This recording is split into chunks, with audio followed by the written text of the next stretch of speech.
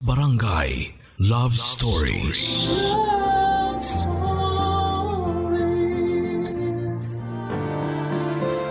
Mahirap magpalaya ng taong mahal pa natin pero mas mahirap ikulong ang sarili sa lungkot na dulot ng nabigong pag-ibig.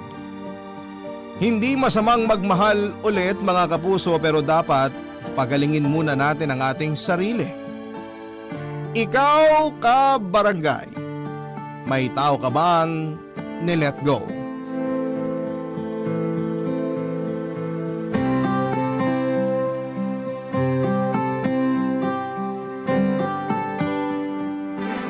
Dear Papa Dudut, naniniwala po ba kayo sa kasabihan na lahat ng bagay ay may rason? Kung ako kasi ang tatanungin ninyo ay hindi po ako naniniwala doon. Para sa akin ay walang katumbas na magandang dahilan kung bakit kailangang makaranas ng paghihirap, kalungkutan at pighati ang isang tao, lalo na kung naging mabuti naman ito. Walang inaapakang kapwa at higit sa lahat ay tapat at totoo. Bago ko po umpisahan ang kwento ko na ibabahagi sa programa ninyong Barangay Love Stories ay magpapakilala po muna ako, Papa Dudut. Ako po si Apollo, 40 years old at mga barkada ko po sina Jaira, Mark, Juno, Phoebe at Maya. Nitong nakaraang buwan lang po ulit kami nabuo dahil umuwi ako sa Pilipinas pagkatapos ng ilang taong kong pagtatrabaho at paninirahan sa ibang bansa. At bagaman ngayon taon na lamang kami nagkita-kita na mga kaibigan ko ay wala silang tampo sa akin. Dahil nauunawaan nila ang rason kung bakit mas pinili kong umalis. Papa Dudut, introvert po ako pero lumalabas ang angking kong kadaldalan at kabibuhan kapag kasama ko ang mga tropa ko. Komportable kasi ako sa kanila at higit sa lahat ay pinagkakatiwalaan ko po ang mga taong yon. Bali una ko pong nakilala sina Jaira at Mark nang lumipat ako sa company na pinagtatrabahuhan nila. Tapos pinakilala ni Jaira sa amin ni Mark si Phoebe at Maya. Huling nakasali sa grupo namin si Juno at doon na nga nabuo ang pagkakaibigan naming anim. Solido po kami, Papa Dudut, bagaman meron din kaming kanya-kanyang pinagdaraanan sa buhay. Pero bago po dumating sa buhay ko ang mga kaibigan ko ay meron na akong girlfriend na itinuring ko na ring best friend. Siya po si Diana. 6 na taon na po kaming in a relationship nang mabuo ang barkada namin ni Jaira. At kilala po nila si Diana dahil lagi ko pong bukang bibig sa kanila ang nobya ko. Hindi niyo ako masisisi, Papa Dudut. In love po ako kay Diana. Natatandaan ko pa nga hanggang ngayon ang araw na unang beses ko siyang nakita sa school dahil pareho kaming volunteer sa isang non-government organization na nagbibigay ng mga braille books, audiobooks at large prints sa mga SPED pupils at nagbabasa ng mga kwentong pambata sa mga visually impaired, Papa Dudut.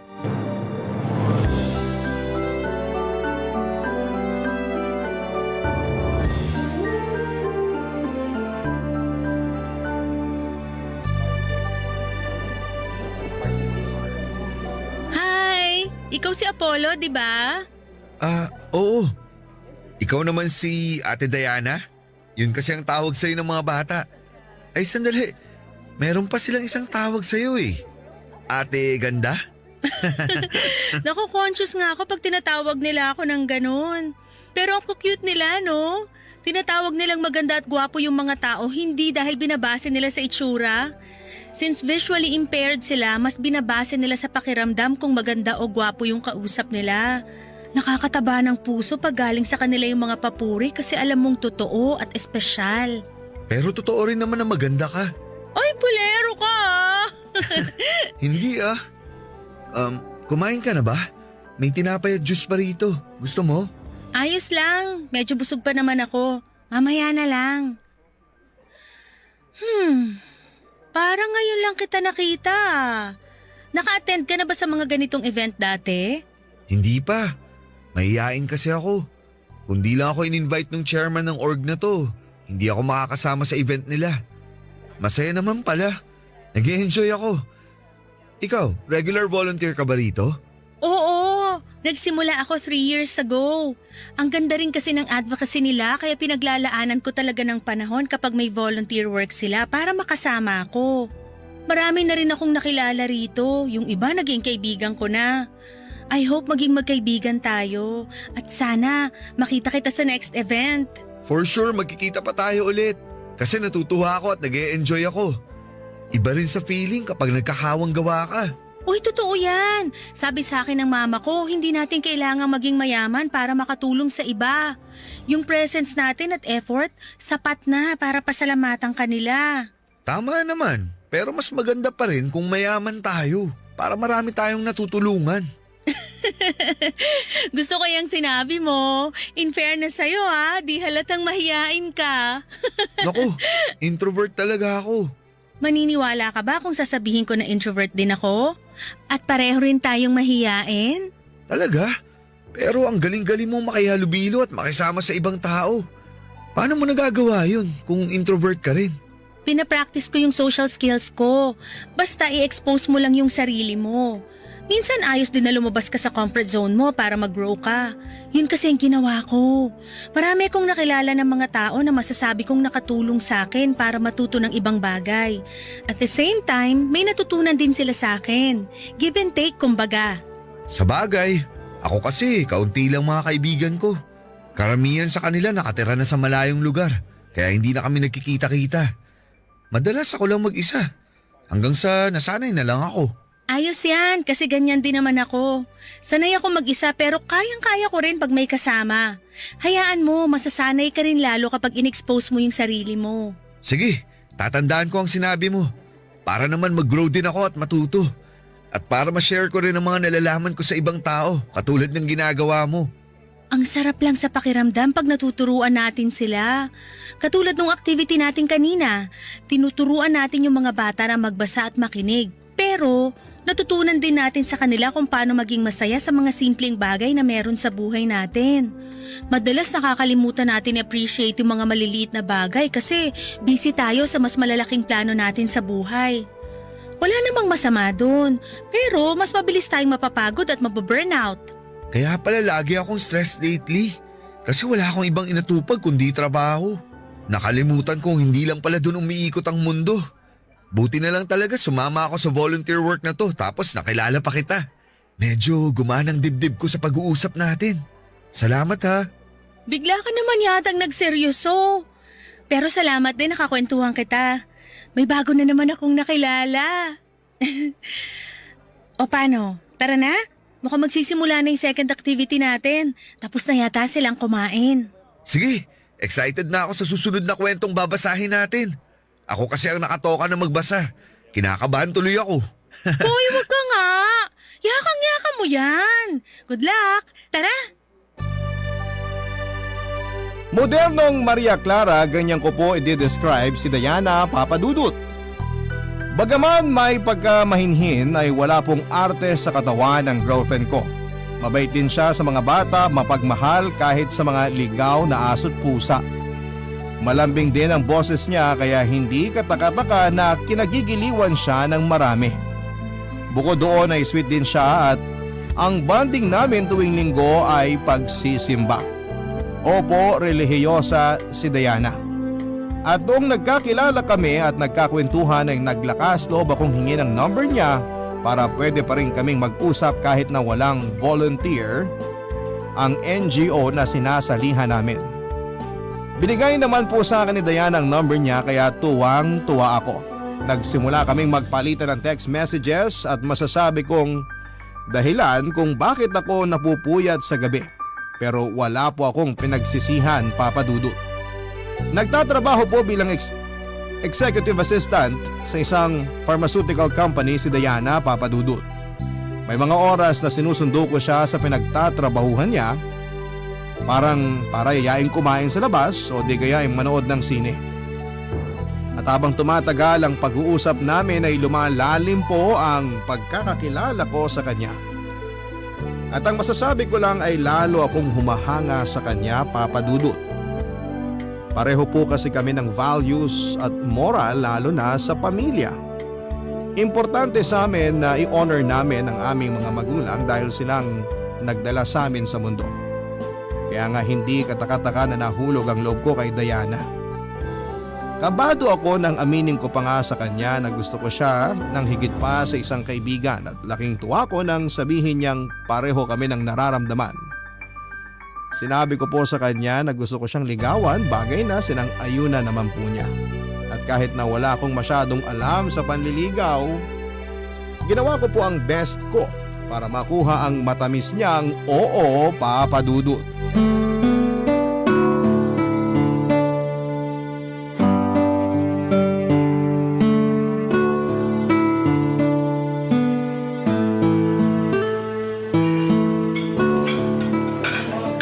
Ang ganda naman dito sa restaurant na pinagdalan mo sa akin. Akala ko hindi ka mahilig lumabas. Saan mo nalaman to? Sa internet. Siyempre nag-research ako. Nagpunta na rin ako rito para tingnan kung totoo yung review nila sa page bago kita inaya. Gusto ko kasi maging espesyal ang bawat sandali na kasama kita. Pati na ang lugar na pagdadalan ko sa'yo. Kasi deserve mo yun, Diana. Kung makapagsalita naman to, deserve mo rin ng magagandang bagay kasi mabuting tao ka, Apollo. Alam mo, nung ligawan mo ko, mas nakilala kita ng husto. Marami akong na-discover sa'yo na masasabi kong ikaw na nga ang… Ako na nga ang ano.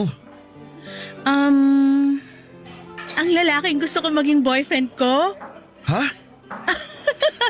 Sinasagot na kita, Apollo! Pumapayag na akong maging girlfriend mo! Seryoso ba yan, Diana? Hindi ka nagbibiro? Seryoso ako! Oo, ang sagot ko sa panliligaw mo! Thank you! Thank you! Sobrang saya ko talaga ngayon kasi tayo na! Girlfriend na kita! Pinapangako ko sa'yo, hindi ka nagkamali sa desisyon mo. Hindi man ako perpekto, pero gagawin ko ang lahat para alagaan at mahalin ka, Diana. Gusto kong ibigay sa'yo lahat ng magagandang bagay na pwede at kaya kong ibigay. Hindi rin naman ako perpekto, pero gagawin ko rin ang lahat para i-prioritize ang relasyon natin. Saka nakikita ko sa'yo na talagang nagsisikap ka. Ramdam ko rin na mahal mo ko kaya alam kong safe ang puso ko sa'yo. Katulad mo, masayang masaya rin ako.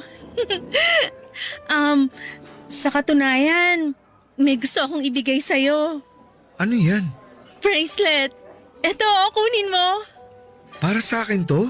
Oo, simbolo yan ng pagsagot ko sa'yo para maging boyfriend ko.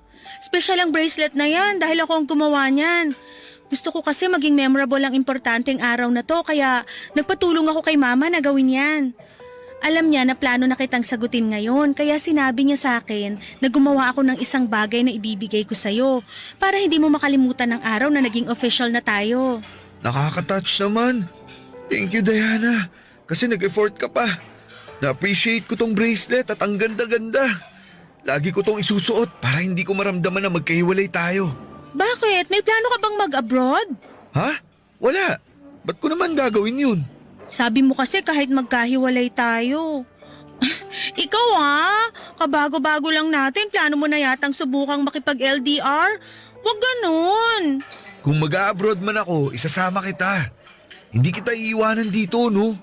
Ngayon pa ba na girlfriend na kita? Dapat lagi kang nakadikit sa akin. Bawal kang mawala sa paningin ko. Kung pwede nga lang, itatali na kita sa bewang ko eh. Hoy, sobra naman yon. Joke lang, ikaw naman. Pero yun nga, salamat ulit sa bracelet. Iingatan ko to. Katulad ng pag-iingat ko sa puso mo. Akin na ang kamay mo. Halikan ko tong kamay mo, ha? Mahal na mahal kita, Diana. Mahal na mahal din kita, Apollo. Thankful ako kasi dumating ka sa buhay ko. Pakiramdam ko, hindi lang ako nagkaroon ng boyfriend. Nagkaroon na rin ako ng best friend. Salamat kasi minahal mo ko. Ako ang dapat magpasalamat. Lalamig na lang tong pagkain natin, hindi pa tayo tapos magpasalamat sa isa't isa. Napansin mo rin pala. Sige, kain na nga tayo. Oo, mabuti pa. Kanina pa ako natatakam sa order natin eh. Sino mag-aakala na ang isang tahimik na lalaki na katulad ko ay magkakaroon ng girlfriend sa katauhan ni Diana Papadudut? Walang pagsidlan ang saya ko at kulang na lamang ay humiyaw ako at magtatalon sa tuwa matapos niya akong sagutin. Pakaramdam ko ay nakalutang sa alapaap ang mga paa ko at ayaw ko na pong buwaba pa sa lupa. Doble din ang saya sa dibdib ko ng mga panahon na yon nang ibigay sa akin ni Diana ang bracelet na simbolo ng pagiging magkasintahan namin. Nangako ako sa kanya na lagi ko yung susuotin at hinding-hindi ihiwalay sa pulso ko dahil kahit magkalayo kami, para ko na rin siyang kasama, Papa Dudut. Hindi po perpekto ang relasyon namin ni Diana. Dumaraan din kami sa mga away-bate pero sa huli ay namamayani sa amin ang komunikasyon at pagkakaunawaan kaya nagtagal ng 6 na taon ang aming pagsasama bago dumating sa buhay ko ang mga barkada ko, Papa Dudut. At kahit gano'n na nga kami katagal ni Diana ay nananatiling nasa honeymoon stage pa rin kami sa relasyon namin. No wonder ako ang tinaguriang loyalista sa grupo namin samantalang si Mark naman ang playboy at si Jaira ang NBSB. Pero hindi po ako nahihiya sa bansag kong yung na pagiging good boy at stick to one dahil para sa akin, si Diana na ang babaeng pakakasalan ko at magiging ina ng mga anak namin.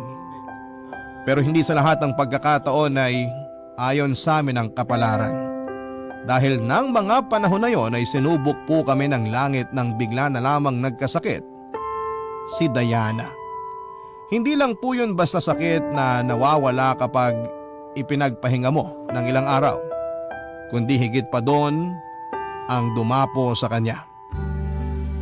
Sa huling check-up ni Diana ay nakumpirma po namin na meron siyang malalang sakit na leukemia.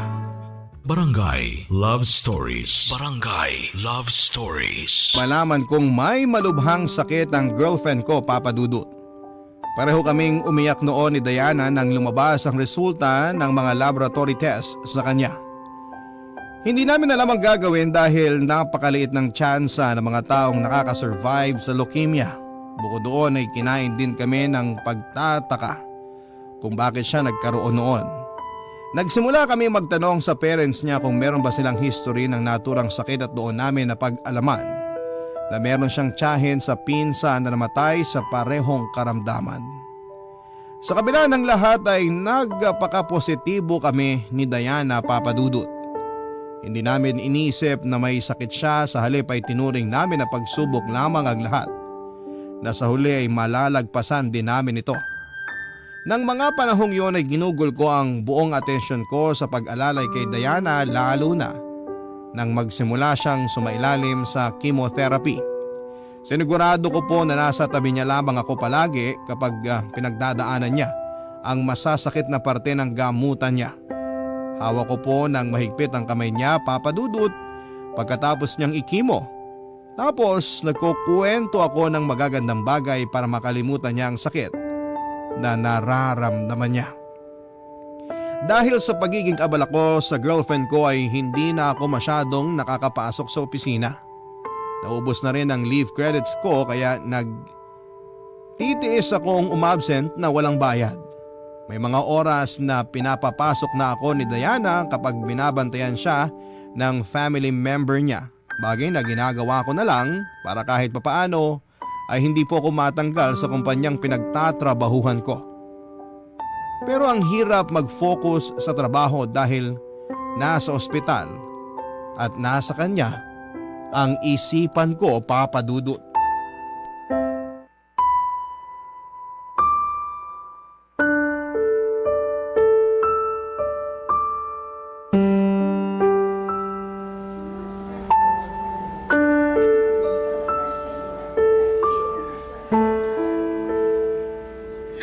Nakakainis. Bakit kailangan ko pang magkasakit ng ganito? Mamamatay na ba ako? Kasi kung oo, sana ngayon na para matapos na ang paghihirap ko. Hindi ka mamamatay, Diana. Gagaling ka. Kaya dapat sundin mo lang ang bilin sa'yo ng mga doktor mo. Ano pa bang bili nila ang susundin ko kasi lahat ng sinabi nila ginawa ko na. Pero tingnan mo ako. Walang nagbabago sa katawan ko. Ang payat-payat ko na, Apollo. Nalagas na rin yung mga buhok ko. Ang dami ko pang sugat at pasa sa katawan. Niwala ng lakas ang mga tuhod ko para makatayo mag-isa. Lagi na lang ako nagpapatulong sa'yo, di kaya kina mama at papa. Wala na akong silbi. Kaya kami nandito ng mga magulang mo. Para tulungan at alalayan ka, Diana. Hindi ka walang silbi dahil kailangan mo kami. Kailangan mo kami dahil may sakit ka. Naiintindihan ko na nahihirapan ka. Pero sana wag ka namang magsalita ng ganyan. Huwag kang susuko kasi lahat kami umaasa na magiging maayos ka. Na malalampasan mo lahat ng to. Ayoko nang umasa para mabigo lang sa dulo, Apollo. Kaya huwag niyo nang lokohin ang mga sarili niyo na gagaling pa ako dahil imposible nang mangyari yon. Napakaliit ng tsansa na may makasurvive sa leukemia. Karamihan sa mga nagkakaroon ng ganitong sakit na mamamatay. At yun din ang mangyayari sa akin kaya ngayon pa lang, hiwalayan mo na ako. Umalis ka na, iwanan mo na ako. Ano bang sinasabi mo? Bakit mo ako pinagtatabuyan? Kasi wala ka ng dahilan para manatili sa tabi ko. Hindi na ako gagaling, isaksak mo yan sa utak mo.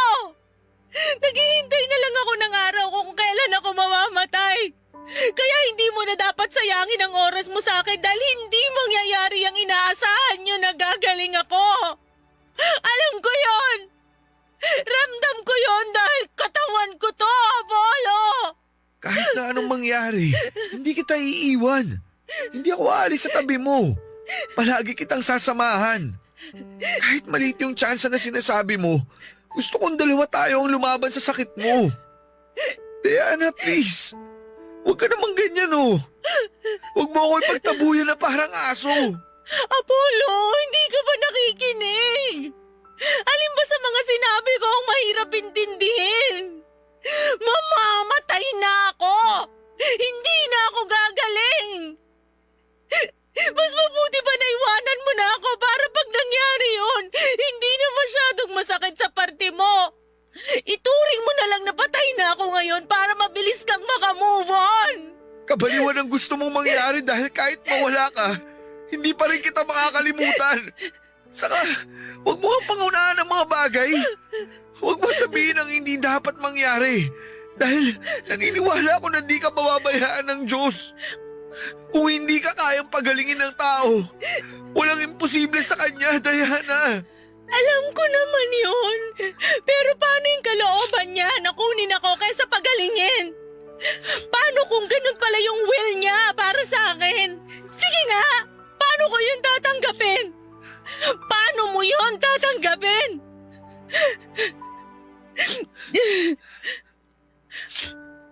Alam mo ang unfair ng Diyos. Kasi kung kailan gusto ko pang mabuhay ng matagal para makasama ka at magkaroon tayo ng sariling pamilya, saka naman hindi pwede. Simula nung malaman ko may leukemia ako, gabi-gabi kong kinakausap ang Diyos para matanong sa Kanya kung bakit kailangan niya akong bigyan ng ganitong klaseng pagsubok na alam kong sa huli, matatalo ako dahil una pa lang, wala na akong kalaban-laban. Galit ako sa Kanya! Kasi sa dinami-dami ng masasamang tao sa mundo, ako pa talaga! Ako! Hindi ako perpekto pero ginagawa ko ang lahat ng makakaya ko para maging mabuting tao! Tapos yung pala magkakasakit lang ako at maagang mamamatay? Marami ba akong gustong gawin kasama ka at ang pamilya ko pero lahat yun hindi ko na magagawa dahil sa pesteng leukemia na to! Sana kung nagkaroon ako nito nung bata pa ako para kung mamamatay ako ayos lang!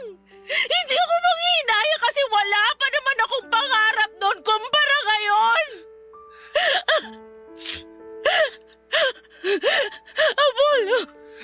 Apollo, natatakot ako! Ayoko magmamatay! Gusto ko pa kayong makasama ng matagal! Hindi ka mamamatay. Magiging ayos din ang lahat, Diana. Kailangan mong maniwala na gagaling ka. Kasi sinusunod mo naman ang mga sinasabi sa'yo ng doktor eh. Ginagawa din nila ang mga kaya nila para maging maayos ang kondisyon mo. Oo, medyo malabo pa sa ngayon yung pag-asa dahil maliit ang tsansa. Pero dapat pa rin tayong maging positibo. Huwag kang mag-alala. Hindi ako aalis sa tabi mo. Hindi kita iiwan kahit anong mangyari. Lagi kitang sasamahan sa laban mo. Kasi mahal na mahal kita. Kaya please, huwag mo na akong paalisin. Huwag mo na akong itaboy dahil mas nasasaktan ako. I'm so sorry, Apollo. Hindi ko naman talaga gustong paalisin ka eh. Ayoko, iwanan mo ako. Hindi mangyayari yun. Hindi kita iiwanan, okay? Tahan na, mahal ko. Huwag ka na ring matakot dahil nandito lang ako. Naiintindihan ko po si Diana kung bakit niya ako pinapalayo sa kanya. Natatakot siya pero mas takot na takot po ako, Papa Dudut. Kung nararamdaman na niya na mawawala na siya, nararamdaman ko na rin na hindi ko kakayanin. Ni sa hinagap ay hindi ko po naisip na kukunin sa akin ng napakaagang babaeng pinakamamahal ko. Marami pa po kaming pangarap na hindi pa natutupad. Isa na po doon ay ang pakasalan siya at bumuo ng pamilya ng magkasama. Kaya nga kahit anong pagtataboy na ginagawa niya sa akin ng panahong yon ay nanindigan po ako na manatili sa kanyang tabi at nangako ako na kasama niya akong lalaban. Sa ospital at sa trabaho na lang po umikot ang buhay ko ng panahon na yon. Masaya naman ako at hindi nagreklamo dahil alam kong napaglilingkuran ko ang girlfriend ko at natutupad ko ang pangako ko sa kanya. Nasasamahan siya anumang mangyari. Doon ko po na-realize ang kahalagahan na i-cherish natin ang buhay ng isang tao. Lalo na ng mga mahal natin dahil walang katiyakan kung hanggang kailan tayo mananatili sa mundong ito. Kapag nasa ospital ako ay masasayang bagay lang din ang pinag-uusapan namin ni Diana, Papa Dudut. Kahit mabigat ang dibdib ko dahil sa sitwasyon. Kahit pagod ang puso at isipan ko.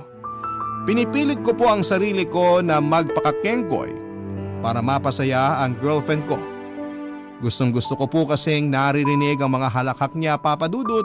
Alam ko na sa likod ng isip ko ay nami-miss ko po yung lahat.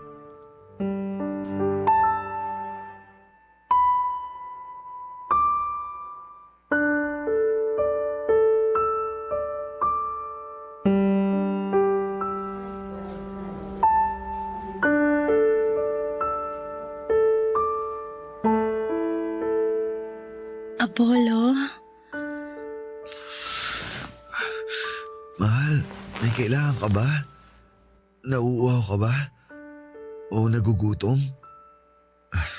Sorry, nakatulog pala ako. Ayos lang ako. Hindi ako nauuhaw at busog ako. Ayos lang din na nakatulog ka kasi puyat na puyat ka sa pagbabantay sa akin. Obligasyon ko na bantayan ka. Walang kaso sa akin yun. At masaya ako dahil nasa tabi mo ako. Masaya rin ako kasi nasa tabi kita. Ang swerte-swerte ko dahil ikaw ang naging boyfriend ko. Salamat, Apollo, ha. Maraming salamat. Walang anuman. Ikaw talaga. Kumusta? Hindi ka ba makatulog? Medyo. Kanina pa naglalayag sa kung saan ang isip ko eh.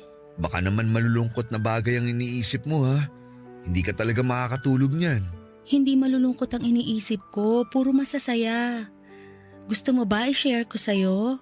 Oo naman, sige. Kwentuhan mo ko. Iniisip ko na kapag gumaling ako, magpapakasal na tayo.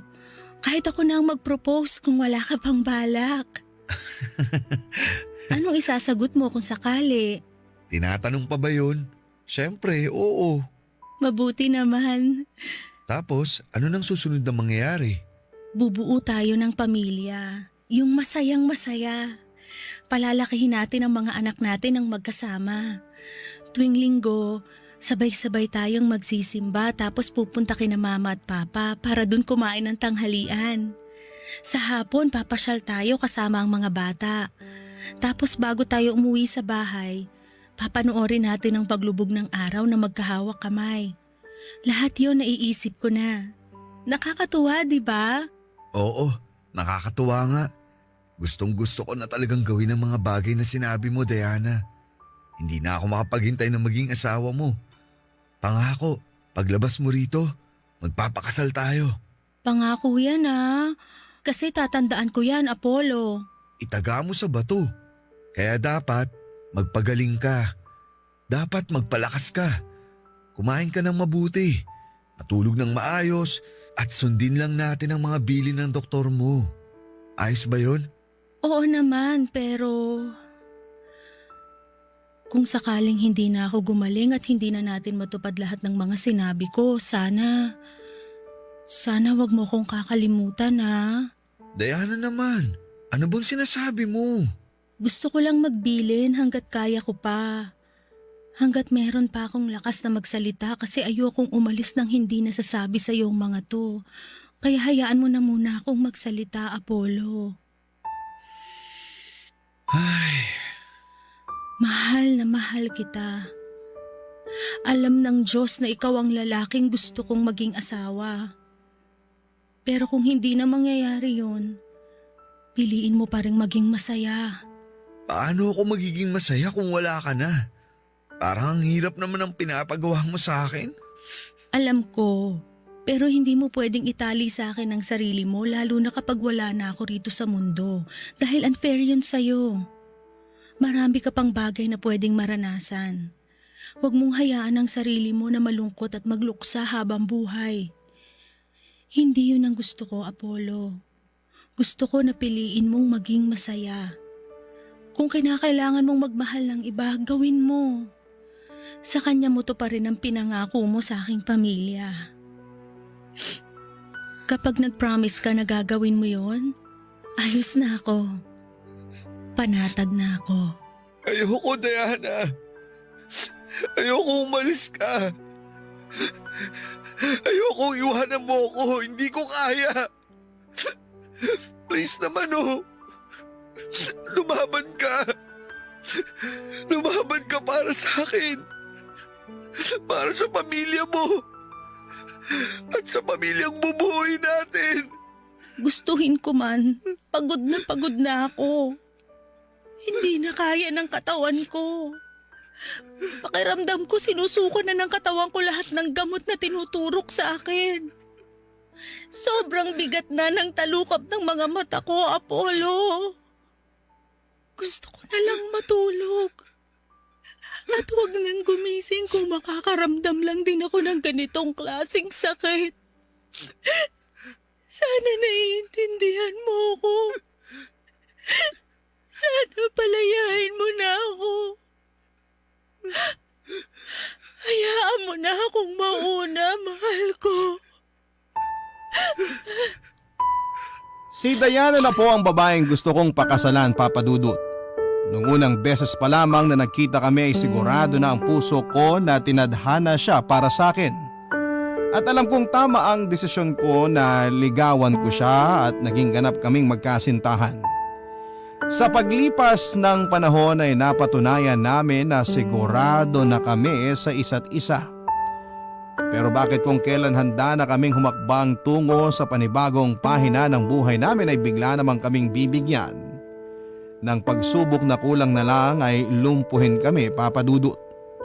Walang gabi simula nang malaman kong may cancer sa dugo si Diana na hindi po ako nagdasal sa Panginoon at nagmamakaawa sa kanya na iligtas niya ang kaisa-isang babaeng mahal ko. Gustong gusto ko pong tumanda na kasama si Diana. Gustong gusto ko po siyang makasamang bumuo ng aming pamilya. Marami pa po kaming masasayang pagkakataon na pagdadaanan bilang mag-asawa kaya malaking dagok po talaga ang pagkakasakit niya. Papa Dudut, umasa po kaming pareho na diringgin ng langit ang pakiusap namin kahit sa pinaka-imposibleng sandali. Nagagaling din si Diana at malalagpasan niya ang kanyang sakit. Na matutupad namin ang mga pangarap sa buhay ng sabay at magkahawak kamay. Ngunit sa isang iglap ay nagbago ang lahat. Nawalan ako ng pananalig sa Diyos nang hindi niya dinggin ang panalangin namin. Nawalan ako ng tiwala sa kanya nang biguin niya ako matapos niyang bawiin sa akin ang babaeng mahal ko, Papa Dudut. Namatay po si Diana. Hindi na kinaya ng katawan niya ang lumulubha niyang sakit, kaya naman iniwan na niya ako. Nang araw na mawala siya sa akin ay hindi po ako makaiyak. Ang nararamdaman ko lang noon ay matinding galit at kagustuhan na sundan sa kabilang buhay ang babaeng pinakamamahal ko. Barangay Love Stories. Barangay Love Stories. Galit na galit po ako sa Diyos dahil kinuha niya sa akin si Diana. Ilang beses ko siyang tinanong kung bakit kailangan niya kaming paghiwalayin ng maaga sa buhay na ito samantalang wala namang kaming ginagawang masama. Naging tapat po kami sa buong panahon ng aming relasyon kaya bakit hindi niya kami kaya na suportahan at hinayaang maging masaya. Nang mga panahon na yon ay hindi pa rin po ako makapaniwala na patay na ang babaeng minamahal ko. Hindi ko matanggap na iniwan na ako ni Diana na hindi ko na maririnig ang malambing niyang boses at tawa. Hindi ko na makikita ang maamo niyang mukha o ni mararamdaman ang init ng kanyang mga yakap at halik. Iyak po ako ng iyak nang iburol siya at hanggang sa maihatid siya sa huling hantungan niya. Kasama po niyang inilibing ang puso ko noon, Papa Dudut. Hindi ko po alam kung paano magsisimulang muli at hindi ko maisip kung paano ipagpapatuloy ang buhay kung durog na durog ang puso. Doon ko na rin po napabayaan ang lahat, Papa Dudut. Simula sa trabaho, maging ang mga barkada ko. Naging malayo ang loob ko sa kanila dahil ang nasa isipan ko ng panahon na yon ay gusto kong mapag-isa. Napabayaan ko na rin ang sarili ko dahil lagi lamang akong nagkukulong sa kwarto. Wala akong pakialam kahit mag-alala sa akin ang gusto ang pamilya ko. Ang nasa isip ko lang ng panahon na yon ay mamatay na rin ako para makasama ko na si Diana. Sa gitna ng pagluluksa ko ay isang kaibigan ang bumisita sa akin, Papa Dudut. At yon ay walang iba kung hindi si Juno.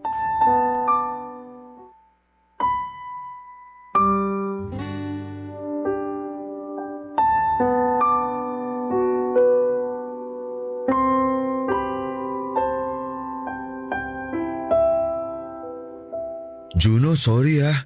Hindi ko masyadong nasasagot ang mga text nyo ng barkada sa akin. Ano ka ba? Huwag ka masyado mag-alala dun. Naiintindihan namin ang pinagdadaanan mo. Sa totoo lang, alalang-alala kami sa'yo. Kaya pinapunta nila ako rito para kumustahin ka.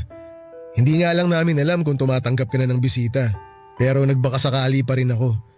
Mabuti nga pinatuloy mo ako dito sa bahay mo at kinausap mo ako. Sakto ang dating mo. Naiinip na akong mag-isa. Kailangan ko talaga ng makakausap. Sakto, di ba? Yun talaga ang purpose ko kung bakit ako nandito eh. Ay, hindi ako makausad, Juno. Nahihirapan ako mag-move on sa pagkawala ni Diana. Kahit na sinabi niya sa akin nun na gusto raw niya ako maging masaya. Parang ang hirap namang gawin nun. Paano ba ulit maging masaya kung wala na yung taong dahilan kung bakit ako umingiti at tumatawa? Paano ulit maging maayos kung alam kong hindi na babalik sa dati ang lahat? Pakiramdam ko, bumalik ako sa simula. Hindi ko na kilala ang sarili ko, Juno. Dahil sa pagkawala ng babaeng mahal ko. Alam mo bro, hindi ko sasabihin na naiintindihan kita kasi ikaw ang eksaktong nakakaramdam niyan. Pero alam ko na hindi talaga madaling mawalan ng mahal sa buhay, lalo na kung malapit sa puso mo. Pero bro, kung hihingin mo ang payo ko, ang masasabi ko lang, idaan mo sa proseso ang pagluluksa mo. Hayaan mong malungkot ang sarili mo dahil yun ang tamang pakiramdam eh. Kapag pinigilan mo kasi ang lungkot, May ipon yan sa loob mo. Tapos mabibigatan ka. Kaya ikaw din ang mahihirapan. Kung kinakailangan mong umiyak, humagulgol, magalit, sumigaw, gawin mo. Grieve at your own pace, ika nga. Iba-iba naman tayo ng paraan para makausad sa kabila ng mga pinagdadaanan natin sa buhay eh. Kung saan ka mas komportable, yun ang gawin mo. Huwag mong madaliin ang sarili mo na makapag-move on kung hindi pa kaya ng puso mo. Darating ka rin dun. Unti-unti nga lang muna sa ngayon. Paano kung hindi na maging okay ang lahat? Paano kung habang buhay ganito na lang ang pakiramdam ko? Kaya nga nandito kami ng mga kaibigan mo para tulungan ka. Para alalayan ka. Minsan kasi akala natin kaya natin gawin ang mga bagay ng mag-isa. Pero mas magiging madali pala kapag meron tayong mga kasama. Ganyan din ang sinabi sa akin ni Diana. Yun bang tungkol sa pakikisama sa ibang tao, hindi lang para magkaroon ng koneksyon kundi support system na rin. Juno, thank you ha. Pati na rin sa mga kaibigan natin kasi nandiyan kayo. Baka kasi kung ako lang mag-isa, nasiraan na ako ng ulo. Uy, ano ka? Walang mababaliw ng mag-isa sa tropa natin kasi dapat lahat tayo mabaliw pag merong nauna. Hindi pwedeng ikaw lang. Nakakatampo yun, no? Yan. Buti naman tumatawa ka na. Komedyante ka kasi. Sinadya ko yun kasi kanina ka pa down na down. Hindi ako sanay eh. Pero basta bro, wag mong kalimutang umiti kahit paunti-unti. Kaya mo yan. Nandito lang kami kung kailangan mo ng makakausap. Isang tawag mo lang o kaya isang text mo lang. Pupuntahan ka namin agad. Hayaan nyo, makakabawi rin ako sa inyo. Wala kang kailangang ibawi. Yung makita ka lang namin na maayos ang kalagayan. Sapat ng pambawi yun sa mga banding ng barkada na missing in action ka. Huling nakita ka namin nung libing pa ni Diana. Kaya miss na miss ka na talaga namin bro. Basta, kapag kaya mo na, makipagkita ka sa amin ha. Oo naman, kayo agad ang unang-unang guguluhin ko. Kaya mag-ready kayo. Dahil kahit madaling araw, magro-road trip tayo. Asahan namin yan, huwag kang drawing. Ako pa talaga ang drawing. Grabe, nakakasakit ka ng damdamin.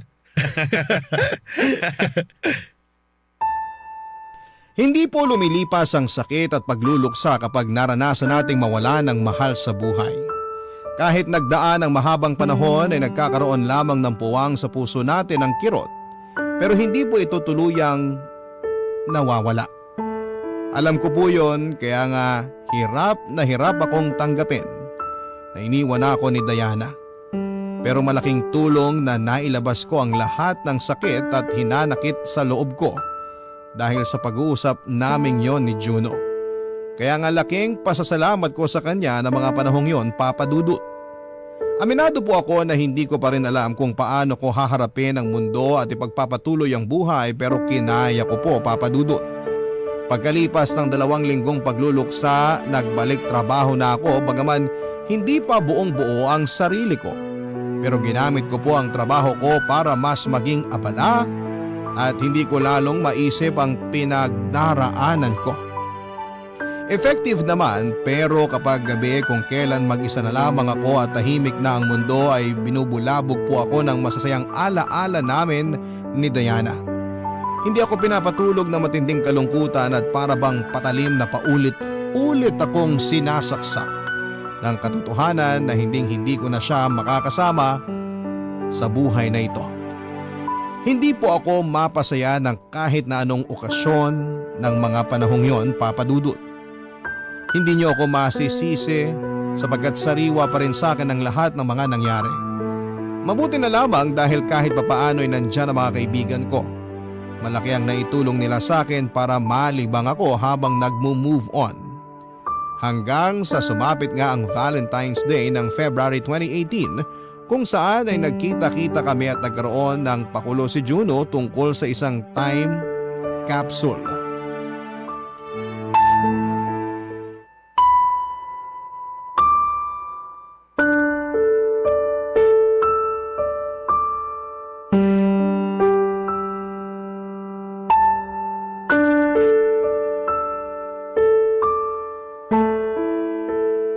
Anong nilagay mo sa time capsule? Yung bracelet na binigay sa akin ni Diana. Sinabi ko noon sa kanya na hindi ko ihiwalay sa akin ang bracelet na yun. Dahil kahit magkalayo kami, para ko na rin siyang kasama. Ibig bang sabihin yan, pinapalaya mo na siya? Hindi ko pa kayang palayain si Diana. Pero gusto kong magsimula ng panibagong buhay nang hindi na siya kasama. Pero hindi naman ibig sabihin nun, kinakalimutan ko na siya. Lagi pa rin siyang nasa puso ko at mga alaala namin. Pero ayokong ikulong ang sarili ko sa nakaraan habang buhay, Mark. Kaya hindi si Diana ang pinapalaya ko.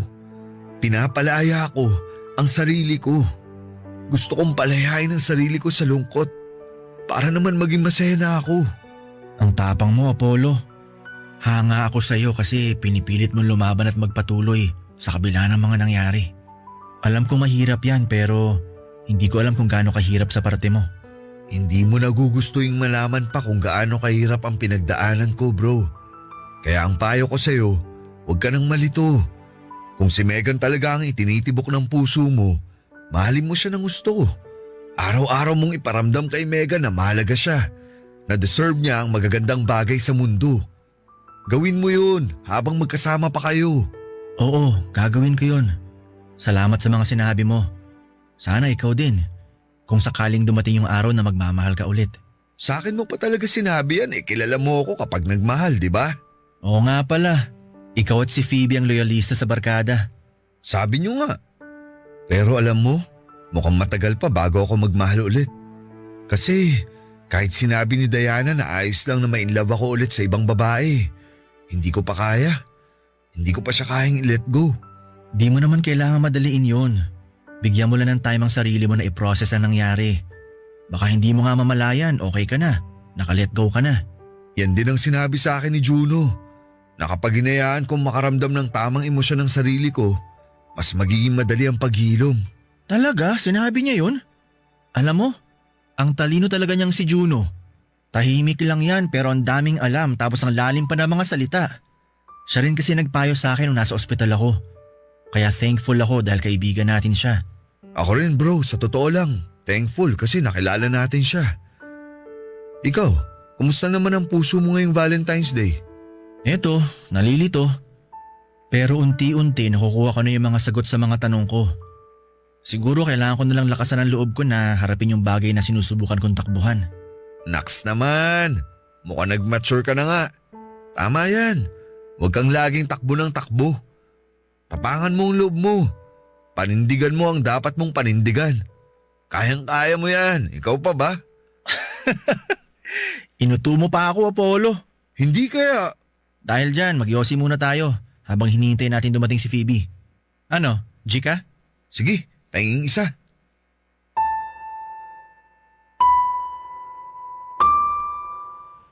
Kapag nawala sa atin ang taong mahal natin ay kailangan natin silang palayain.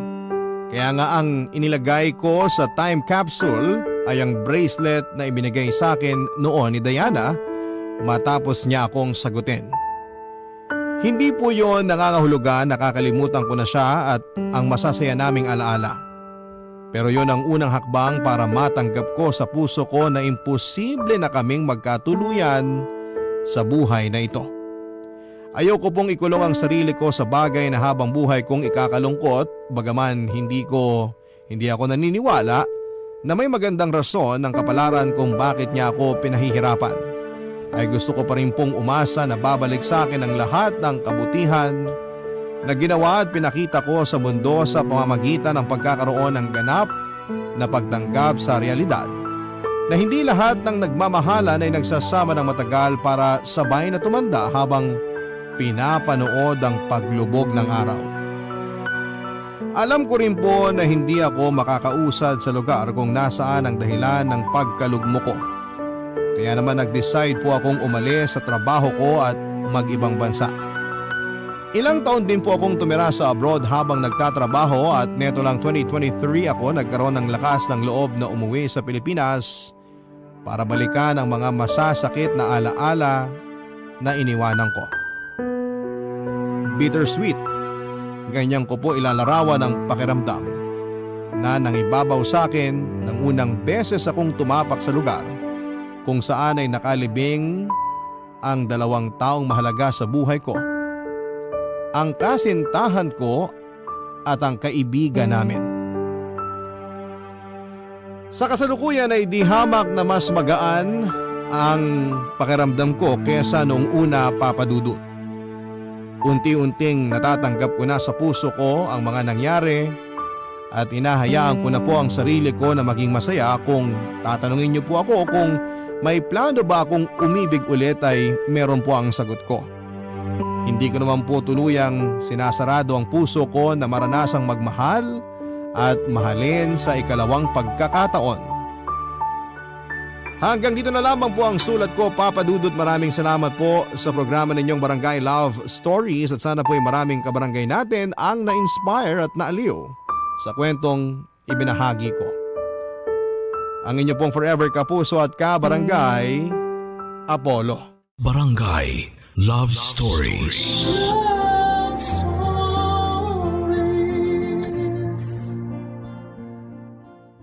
Barangay LS 97.1. 97.1.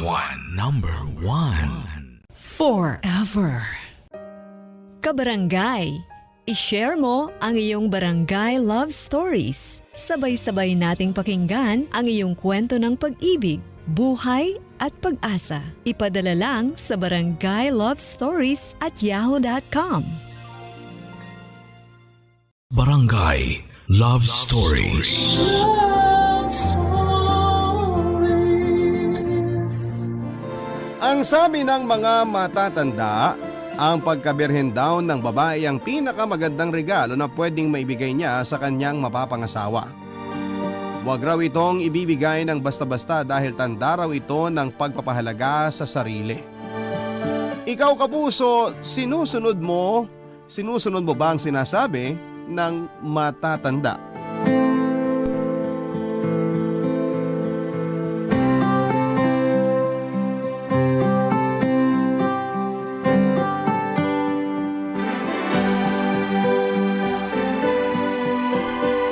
Dear Papa Dudut, ako nga po pala si Bianca, karelasyon nang ayain niya akong magpakasal. Napakasaya ko noong inaya niya ako, Papa Dudut. Walang agam-agam noon sa isipan ko at tanging oo lamang ang sinagot ko. First year college lamang kami noong niligawan niya ako. Hindi ko muna siya sinagot kasi priority ko ang pag-aaral. Nagtiyaga naman siya sa akin at nung una akala ko ay susukuan na niya ako dahil ilang taon siyang maghihintay. Pero nabilib ako sa kanya dahil hindi niya tinigil ang panliligaw sa akin. Sa mismong graduation namin ay sinagot ko siya, Papa Dudut. Nakita ko kung gaano siya kasaya. Yun ang simula ng masayang relasyon namin at sabay kaming naghanap ng trabaho, pero makalipas lamang ang 2 taon ay kinailangan niyang sumama sa kapatid niya sa ibang bansa. Nakipaghiwalay ako sa kanya bago siya umalis papunta sa ibang bansa. Sinabi ko sa kanya na baka hindi ko kayanin na hindi siya makasama. Hindi naman siya pumayag. Inassure niya ako na hindi masisira ng distansya ang relasyon naming dalawa. Kumapit ako noon sa pangako niyang mag-iipon lang siya para balang araw ay mapakasalan na niya ako. Siniguro niyang may magandang future ako sa kanya at ang mga magiging anak namin. Yan ang isang bagay na nagustuhan ko sa kanya, Papa Dudut. Kaya naman kinaya ko ang LDR dahil wala naman akong ibang nakikitang ibang mamahalin kundi siya lamang. Oo, at naging mahirap ang simula pero nakayanan naming pareho. Hanggang isang araw ay inaya na niya ako magpakasal at yun na marahil ang simula ng totoong happy ending namin.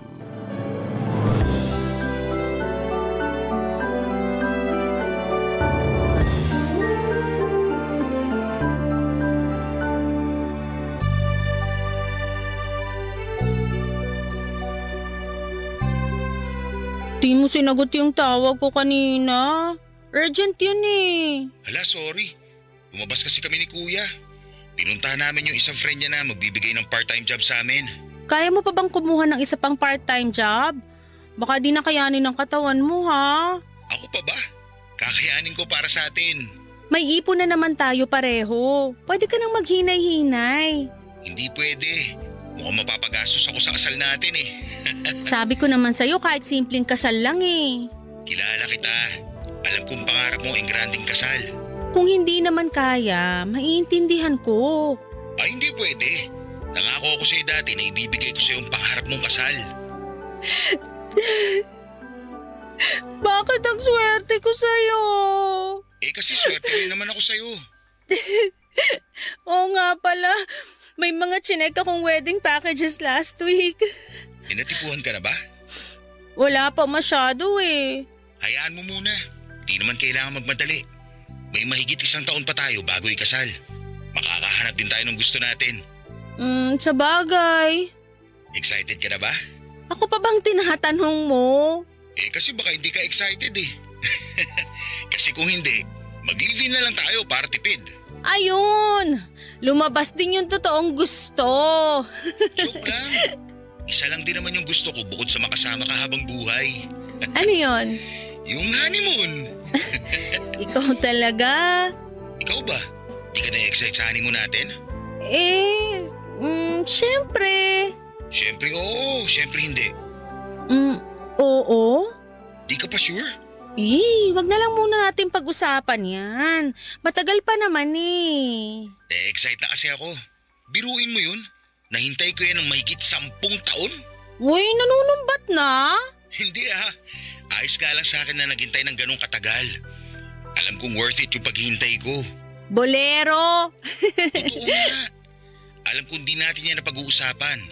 Pero sana ready ka na. Paano kung hindi? Eh di pipilitin kita. Joke! Walang pilitan! Hindi pwede no. Asawa na kita nun. May karapatan na ako sa katawan mo.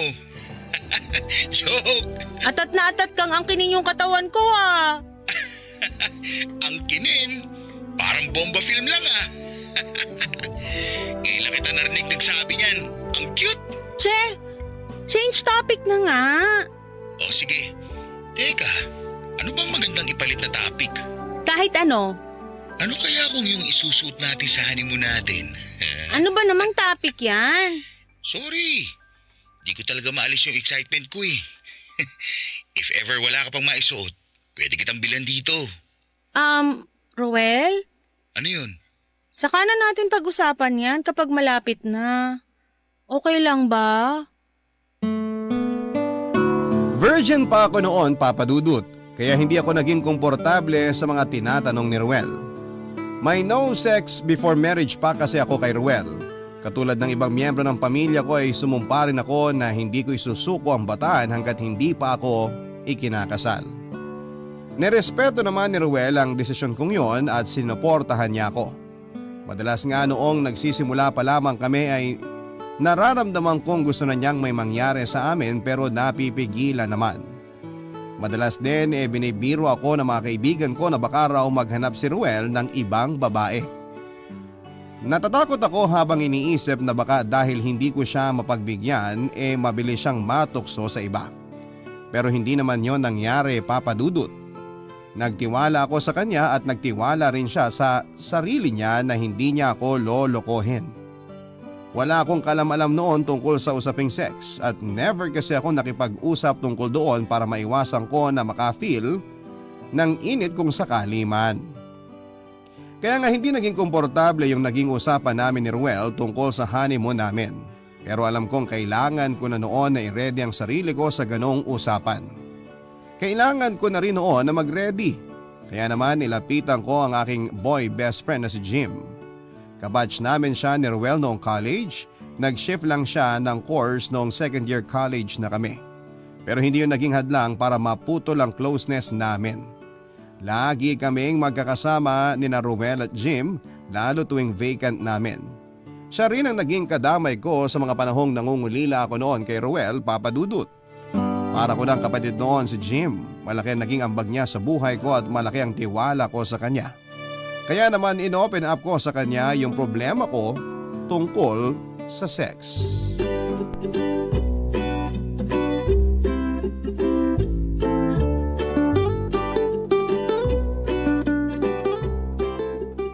Mukhang seryoso ka. May problema eh. Buntis ka? Tangik, paano mabubuntis eh? Ano nga? Oo nga pala, virgin ka pa. Bigay mo na kasi. As if naman ganun kadali yun, no? Madali lang. Tapos masarap. Ay, mali yata ako ng nilapitang tao. At least, inacknowledge mong tao pala ako. Aalis na nga ako? Sige nga, umalis ka nga. Nakakainis to. Kilala na kita. Hirap ka mag-walkout kasi nahihiya ka. Kaya nga sa'yo ko lumapit eh. Kasi kilalang kilala mo na ako. Ano bang problema? Alam mo namang engaged na kami ni Ruel, di ba? Oh, Ay, di ko alam paano to sisimulan. Nakakahiya kasi eh. sa akin ka pa nahiya. Ang tagal na nating magkaibigan. Dali na, habang wala pa yung kaano ko. Anong kaano? Basta, alam mo na yun. Yung tungkol sa ano? Yung problema ko. Ah, sex? Matutulungan mo ba ako? Hoy, inaaya mo ba ako? Ayoko ah. Mag-walkout ka na lang kaysa matikman mo ang sariwa kong katawan. Ano bang sariwa dyan? Lamog na lamog ka na. Aray ko naman. Ay, natatakot ako eh. Sa sex? Kay Ruel. Sobrang halimo ba ni Roel sa kama para matakot ka? Uy, hindi naman yun. Kasi alam mo naman na wala pa akong karanasan dun. Walang-wala akong alam. Gusto mong turuan kita? Uy, loko, hindi. Eh ano? Palakasin mo yung loob ko. Bianca, lakasan mo ang loob mo. Para ka namang nakakaloko eh. Ay, yun nga, natatakot kasi ko. Baka magkamali ako sa unang ano namin. Normal lang naman yan. Kakabahan ka talaga kasi di mo alam yung gagawin mo. Di mo alam kung ano yung pwesto mo. O kaya di mo alam kung masasatisfy mo ba siya o masasatisfy ka niya. Ayun na nga eh. Alam mo naman ako kapag kabado, pumapalpak yung ginagawa ko. Aalalayan ka naman siguro ni Roel. Kalma ka lang. E paano yan? Parehas kaming walang alam tungkol sa ano. Sa sex. Siya walang alam. Malabo. Lo, may experience na kaya siya? Di nyo ba napag-uusapan? Isang beses lang kami nag-usap tungkol sa honeymoon namin.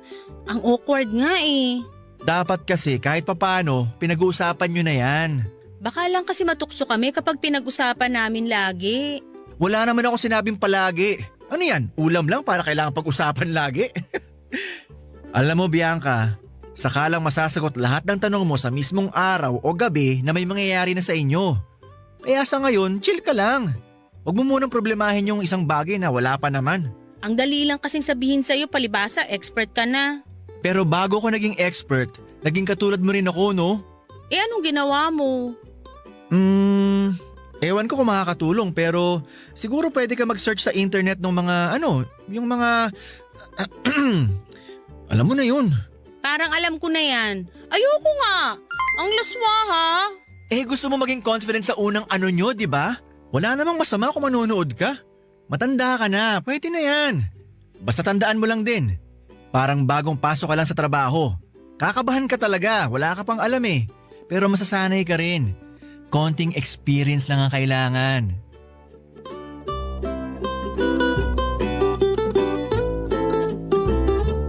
Papadudot nilapitan ko noon si Jim dahil bukod sa siya ang best friend ko ay alam kong malawak din ang kalaman niya sa usaping sex. Sa kanya lang din ako komportable noon na magsabi ng mga bagay na hindi ko masabi kay Ruel o sa pamilya ko.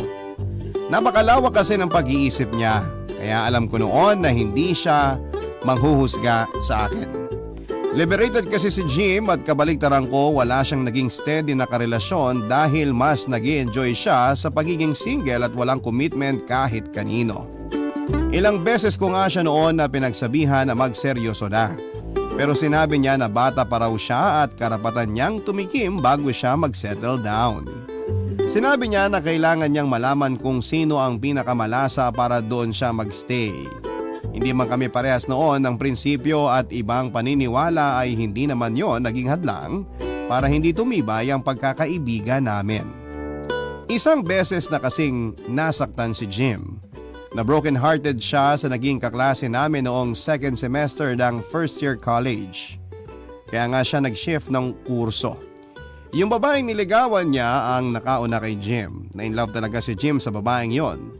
Kahit nga ang tuition noon ni Jim ibinibigay niya sa babaeng yon para may pang out of town sila. Yun nga lang ay ginamit pala ng babaeng yon ang pera para mapuntahan ng boyfriend niya sa probinsya. Nalaman ni Jim lahat ng yon at binigyan niya ng chance yung babae pero naulit lang ang mga nangyari. Muling pinuntahan ng babaeng yon ng boyfriend niya sa probinsya gamit na naman ang pera ni Jim. Yun na nga ang huling beses na naging tanga si Jim sa pag-ibig. Ilang beses nakipagbalikan yung babae sa kanya pero hindi na pumayag pa si Jim. Nag-shift na nga rin siya ng kurso para makalayo na ng tuluyan sa babaeng yon. Mula noon, naging maingat na si Jim sa pag-ibig. Sinabi nga niya noon na tikim lang muna sa ngayon at hindi muna magseseryoso. Barangay Love Stories. Barangay Love Stories. At dahil nga sa wala akong nakuhang solid na advice kay Jim ay sinubukan ko namang lapitan ng isa ko pang kaibigan na si Mariel. Tulad ko ay nagkaroon din siya ng no sex before marriage pact sa una niyang naging boyfriend. Hindi nga lang niya yon na panindigan. Sa mismong gabi ng engagement nila ng first boyfriend niya ay may nangyari sa kanila. Nadala raw sila ng emosyon na hinaluan pa ng alak. Matapos noon ay nagpasya silang tapusin na ang relasyon nila, Papa Dudut. Nagulat kaming lahat. Hindi naman sila nagsabi kung ano yung dahilan nila. Nirespeto na lang namin yon. Saksi ako noon kung paano iniyakan ni Mariel ang relasyong yon. Masyado raw siyang nag-expect na hanggang dulo silang dalawa. Ganon din naman kami noon sa kanila. Makalipas ang isang taon ay nagkaroon ulit siya ng panibagong relasyon. Hindi na niya muling binalikan pa ang no sex before marriage pact. Inayaan na lang niya ang panahon at mga katawan nila kung saan man sila dadalhin. Sa naging bagong karelasyon ni Mariel, doon siya naging kampante. Doon siya nagtagal hanggang isang araw ay bigla na lang silang kinasal. Doon ko pa nga lang noon nakitang totoong masaya si Mariel. Ramdam ko noon na kahit na hindi niya sinunod ang panata niya ay naging masaya naman siya, Papa Dudut. Naisip ko na pwede rin kaya akong maging katulad niya. Habang iniisip yon ay kinilabutan ako. Parang nung time na yon talaga ay hindi pa ako handa hanggat hindi kami nakakaabot sa altar ni Roel. Pero aminado akong kailangan ko rin ang opinyon ni Mariel. Kaya ako siya nilapitan.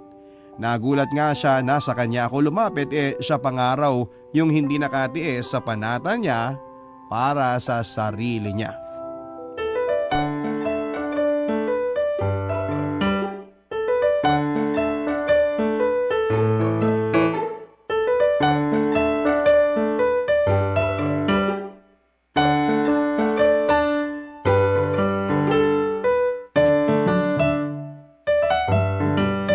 Hindi ko talaga alam kung bakit sa akin ka lumapit. Sa lahat kasi ng kakilala ko, sa'yo lang ako medyo may malapit na experience. Ha? May experience ka na? Masarap ba? Uy, loka, hindi!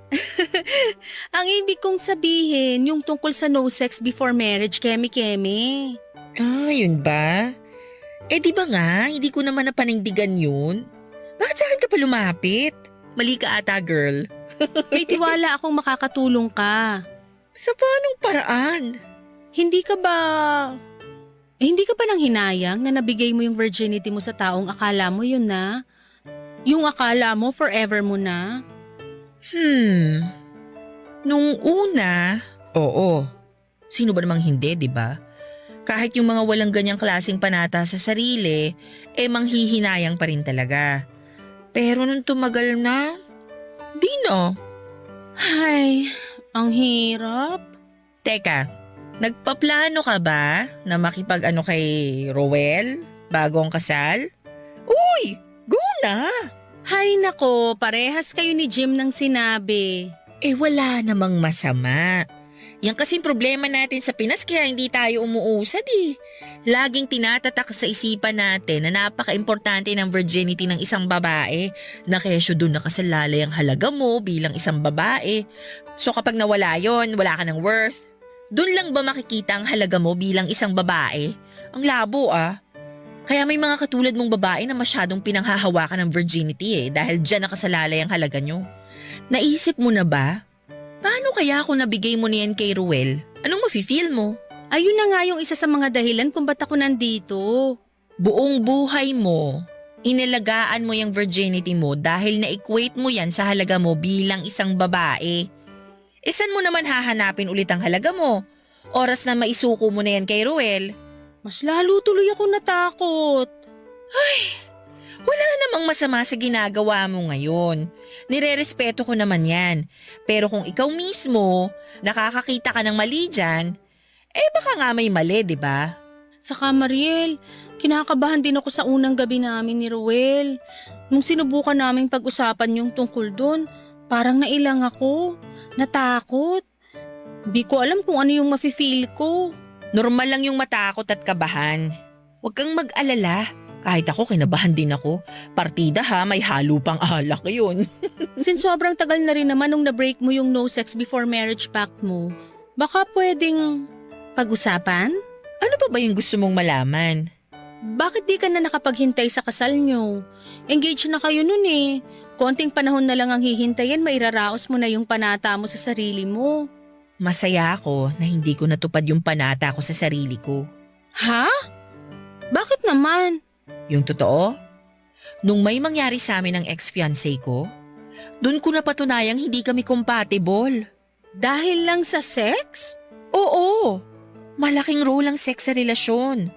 Hindi ka man maniwala pero para sa akin ganun yun. Hindi kami sexually compatible. Paano mo malalaman unang beses nyo pa lang? Mararamdaman mo yon kahit unang beses pa lang. Hindi ko ma-explain pero totoo yun. Ganun ba yung nangyari sa inyo ng ex mo? Oo. Nakapag-usap pa kaming dalawa after may mangyari sa amin. Doon namin na-realize na hindi kami uubra sa isa't isa. Kung hindi dahil sa minsang pangyayari na yon sa amin, hindi kami magiging honest sa totoong feelings namin. Ay, maging ganun kaya kami ni Ruel? May bala ka bang i-break yung pangako mo sa sarili mo? Hindi ko alam. Parang oo. Go! Susuportahan kita dyan. Sigurado naman kayo sa isa't isa, di ba? Oo naman. O bakit kailangan nyo pang maghintay sa araw ng kasal? Bakit hindi nyo pa testingin yung dapat testingin para magkaalaman na?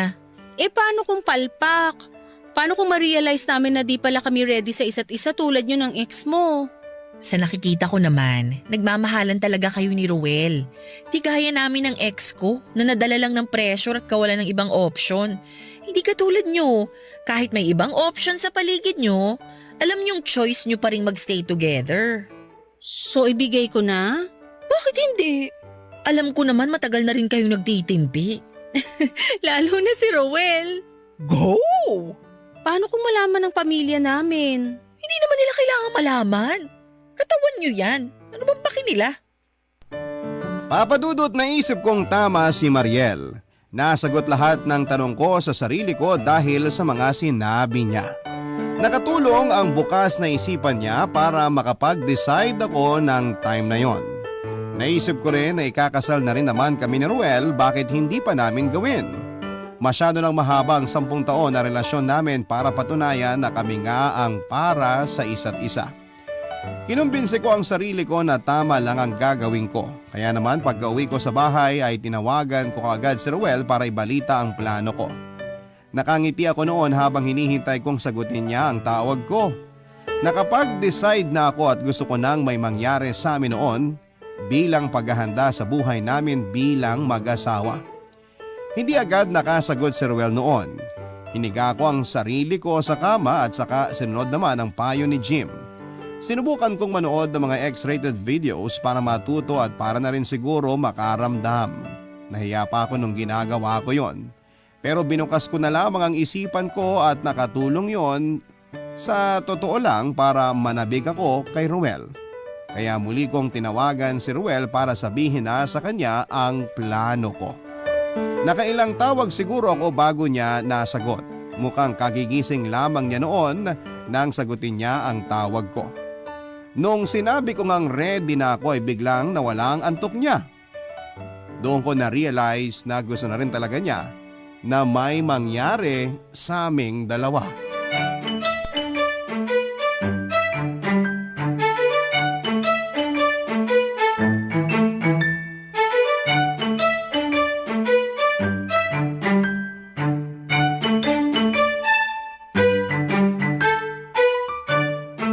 Ready na ako.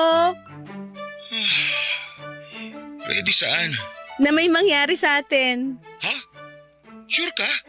Ayaw mo naman yata eh. Hindi naman sa ayaw, pero ang tagal mo inalagaan yan ah. At ang tagal mo rin hinintay, di ba? Kung dahil lang sa akin kaya mo sinusuko yan, wag na. Maghintay na lang tayo sa kasal natin. Oy, hindi ah. Marami lang kasi kong na-realize eh. Ha? Anong mga na-realize mo? Na-realize kong sigurado na ako sa'yo. O tapos? At dahil doon, di na kailangan mag-isip ba kung tama ba na ibigay ko sa'yo to o hindi. Alam ko namang ibibigay mo sa akin yan, pero hindi sa ngayon. May panata ka sa sarili mo, di ba? Sabi ko nga sa'yo, marami na akong na-realize. Tinitest mo lang yata ako eh. Hindi ah, mamatay man. Aba, willing ka magbuwis ng buhay ha? Eh kasi ganun ako kasigurado. Sure ka na ba talaga, ha? Wala nang bawian kapag binigay mo sa akin yan. Di yan gamit na pwedeng isoli after gamitin. Alam ko naman yon. Nabibigla talaga ako sa mga sinasabi mo. Kagigising ko lang tapos ganyan kagad binungad mo. Di ka ba na-excite? Na-excite naman, pero nakokonsensya ako na kunin yan sa'yo. Alam kong sobrang mahalaga yan sa'yo eh. Kaya mo nga ako pinaghihintay, di ba? Tama nga si Mariel. Tama si Mariel saan? Siya kasi yung nagpa-realize sa akin sa negative messaging pagdating sa sex. Anong negative messaging? Basta. Okay ka lang ba? Di ka ba nabibigla sa mga sinasabi mo? Ayokong pagsisiyan mo yan sa uli ha? Bakit ako magsisisi kung ito nga yung gusto ko? Eh kasi… Ruel, nasa tamang edad na tayo. Pareho tayong may stable na trabaho at malapit na ring ikasal. Wala nang dapat habulin o patunayan. Naninibago ako sa'yo. Teka lang ha? Ano teka lang? Pwede bang pag-isipan ko muna? I mean, pag-isipan mo munang mabuti yung sinasabi mo. Ayokong nadadala ka lang ng emosyon mo after ng pag-uusap niyo ni Mariel. Napag-isipan ko na to, wala nang atrasan. Bakit ikaw, ayaw mo? Hindi sa ayaw. Eh di gawin na natin. Eh, ang layo ko sa'yo ngayon. Eh di umuwi ka muna rito. Gawin na natin. Teka nga, ikaw ba talaga tong kausap ko? O sige na nga, wag na lang. Tampo agad? Para kasing ako lang yung may gustong may mangyari sa atin eh. Di ka ba interesado? Gusto ko. Gustong gusto. Yun naman pala eh. Umuwi ka na muna rito. Gawin na natin. Alam ba na magulang mo ang desisyon mo na yan? Hindi naman nila kailangang malaman. Matanda na ako. Pero sila yung nag-impluensya sa'yo para sa panata na yan, di ba? Oo, pero nasa akin pa rin kung susundin ko. Kinakabahan ako pero… Pero ano? Pero gusto ko. Uwi na ako! Parang may mga nagliliparang paru-paro sa sikmura ko after ng pag-uusap naming yon ni Ruel. Para bang nanunumbalik yung kilig sa usapan namin. Muli kong hiniga ang sarili ko sa kama at saka nag-imagine. Nag-imagine ang gagawin namin sa oras na dumating siya sa Pinas. Nakangiti ako at aminado akong nakafeel ako ng init sa katawan ko. Tinigil ko lang ang pag-iisip ng kumatok si nanay. Inaya na nga niya akong kumain. Nagpanggap akong natutulog na para hindi lang sila makaharap ng tatay ko. Ayoko kasi noon na makaramdam ng guilt dahil inaasahan nilang tutuparin ko pa rin yung no sex before marriage pact para sa sarili ko. Wala talaga akong balak noon na sabihin sa kanila ang desisyon ko. Naisip ko na wala naman dapat makaalam dahil buhay namin yon ni Ruel. Hindi naman porket ibibigay ko na wala na akong pagpapahalaga sa sarili ko. Ito ang ginamit kong pangdepensa sa sarili ko. Kinabukasan ay tinawagan ako ni Ruel para ipaalam na makakauwi na siya next month. Natuwa ako kahit sabihin pang 3 araw ko lang siyang makakasama. Biglaan din kasi yung pag-uwi niya kaya hindi nakapaghanda. Napag-usapan din namin na hindi malalaman ng pamilya namin na uuwi siya noon sa Pilipinas. Balak nga namin noon ay magstay sa Tagaytay. Na-excite ako lalo sa pakiramdam na masosolo na namin ang isa't isa.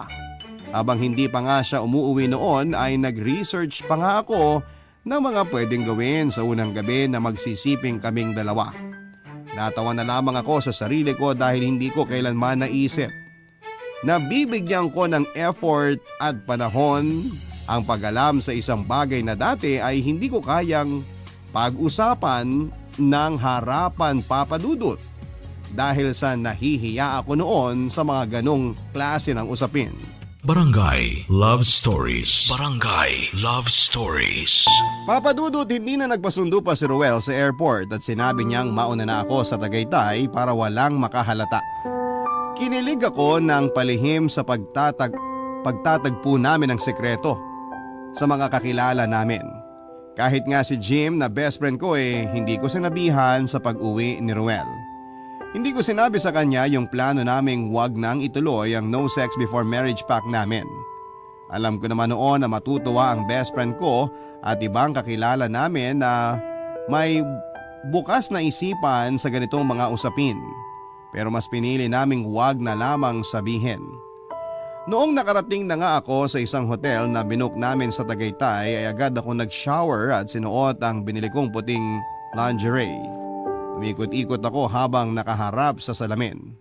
Nagandahan ako sa itsura ko sa suot kong yon. Napaka-sexy at siguradong hindi yon aprobado sa magulang ko. Pero wala na akong pakialam noon. Naisip ko kasing magandang pampagana yon kay Ruel. Noong nakapasok na si Ruel sa kwarto namin ay agad ko siyang niyakap, Papa Dudut. Siguro mga 5 minuto kaming nakayakap sa isa't isa bago pa niya ako hinalikan. Nakatingin lamang kami sa isa't isa at para bang alam na namin kaagad yung mga susunod na mga mangyayari. Sinabi niyang maliligo lamang siya habang ako naman ay humiga na sa kama. Nakangiti ako habang nakatingin sa kisame at ini-imagine ang mga pwede naming gawin. Bumangon ako noon sa kama at saka lumapit ako sa bag ko. Kinuha ko ang pabango ko at nag-spray ako sa aking pulso. Inamoy ko yon at nung nakontento na ako ay bumalik na ako muli sa kama. Inintay ko na lamang na matapos si Ruel sa kanyang pagsha-shower. Nakaramdam nga ako ng kaba na may halong saya nang narinig kong pinihit na niya para isarado ang shower. Mas umigting ang saya nang makita ko siyang lumabas sa shower room. Nilapitan niya ako kaagad sa kama habang tapis lamang ng tuwalya ang suot niya.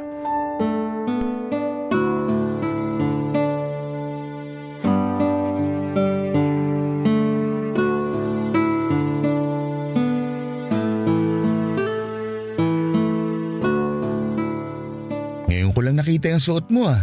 Bago? Oo, kakabili ko lang last week. Ang ganda. Bagay na bagay sa'yo. Bagay din sa'yo yung tuwalyang suot mo. Pero alam mo kung ano mas bagay? Tayo. Bukod doon, Ano? mas bagay sa'yo kung tatanggalin mo na yung suot mo. Grabe naman. Gusto mong nakadamit habang ginagawa natin yung gagawin natin? Ang lamig eh. Sana nagpajama ka na lang. Kailangan ko na bang tanggalin? Pwede namang ako na lang kung hindi mo kaya. Manipis lang naman to. Kaya ko na to. Baka mahirapan ka eh. Pakis nga. Namiss kita eh. Kailangan mo ba ng tulong sa tuwalya mo? Kusa na tumalalaglag. Pakis nga ulit. Nakakabitin yung una. Ako na nga lang magtatanggal. Expert ako dyan. Expert ka sa pagtatanggal ng tuwalya? Oo, araw-araw naman ako nagtatanggal ng tuwalya eh. Sinong tinatanggalan mo ng tuwalya? Sarili ko. Ang inosente talaga ng mahal ko. Balik pa nga. Sa labi naman.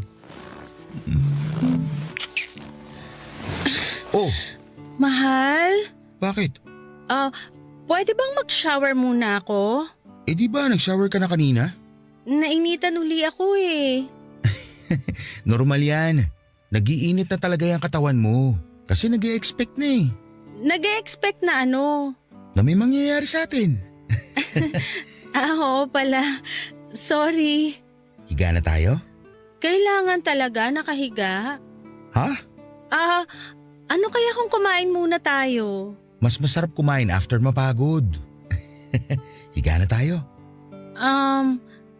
Ruel, pwedeng maghugas muna ng paa? Paa? Nadumihan kanina eh. Nakakahiya naman kung madumihan ko yung kumot. Ayos lang yan. Magpapalit na lang tayo mamaya. Balik nga. Ano ba? Sandali. Ano pa problema, Bianca? Gusto ko lang naman maghugas ng paa. Hindi eh. Kala ko ba ito yung gusto mo mangyari? Gusto ko naman. Eh bakit panay ang dahilan mo? Panay ang iwas mo? Ruel, parang di yata tama itong gagawin natin. Sana dati mo pa sinabi yan. Hindi ngayon nandito na ako. Huwag ka naman magalit. Sino bang hindi magagalit? Gumastos pa ako, mapuntahan ka lang. Nagsinungaling pa ako sa boss ko at sa kapatid ko para lang makauwi rito sa Pilipinas tapos ito lang mangyayari? I'm sorry, Ruel. Baka nga kailangan nating maghintay na matapos muna yung kasal natin. Bad trip ka? Ruel, please. Sabi ko naman sa'yo, pag-isipan mo ng mabuti. Ang hassle ng ginawa mo. Ruel naman. Bahala ka na dyan. Ruel, saan ka pupunta? Papa Dudut, sinubukan ko pang habulin noon si Ruel palabas ng hotel pero nakasakay na kaagad siya ng taxi. Pinagtinginan ako ng mga tao dahil sa suot ko. Nagmadali akong bumalik sa kwarto at doon ay umiyak na lamang Papa Dudut. Tinawagan ko si Ruel pero hindi siya sumasagot. Tinext ko siya para ipaliwanag na natakot lamang ako. Hindi rin siya nag-reply. Kinabahan ako noon kung saan siya pumunta. Hindi ko naman magawang hanapin siya noon sa mga kamag-anak niya dahil wala ngang nakakaalam na umuwi siya ng Pilipinas. Hindi ko na alam ang gagawin noon at nakahiga na lamang ako sa kama habang hinihintay ang reply niya. Hindi ko mapigilang sisihin noon ang sarili ko. Inintindi ko ang galit ni Ruel dahil nga nag-expect siya sa akin. Tama naman siya noong sinabi niya sa akin na dapat ay pinag-isipan kong mabuti yon. Isang buwan ang lumipas mula noong inaya ko siya pero kung kailan ando na kami ay saka naman ako biglang umatras. Wala pa ring naging reply si Ruel sa akin, Papa Dudut. Kahit nga sa Facebook, minessage ko siya pero hindi siya naka-online. Gumabi na noon at natakot na akong mag-isa sa hotel. Isang beses ko siyang tinawagan muli pero unattended na ang kanyang cellphone. Naiyak na naman ako dahil nanganganib na hindi matuloy ang aming kasal. Tinawagan ko si Jim para magpasaklolo. Hindi ko masabi sa kanya over the phone noon ang problema ko kaya pinapunta ko siya sa akin. Mabuti na lang at hindi siya kalayuan sa Tagaytay kaya agad niya akong napuntahan. Noong dumating siya ay napansin kaagad niya ang pamumugto ng mga mata ko. Napaiyak na lamang ako nang yakapin niya ako para medyo kumalma ako. Nang kumalma na ako ay saka ko sinabi sa kanya ang mga nangyari.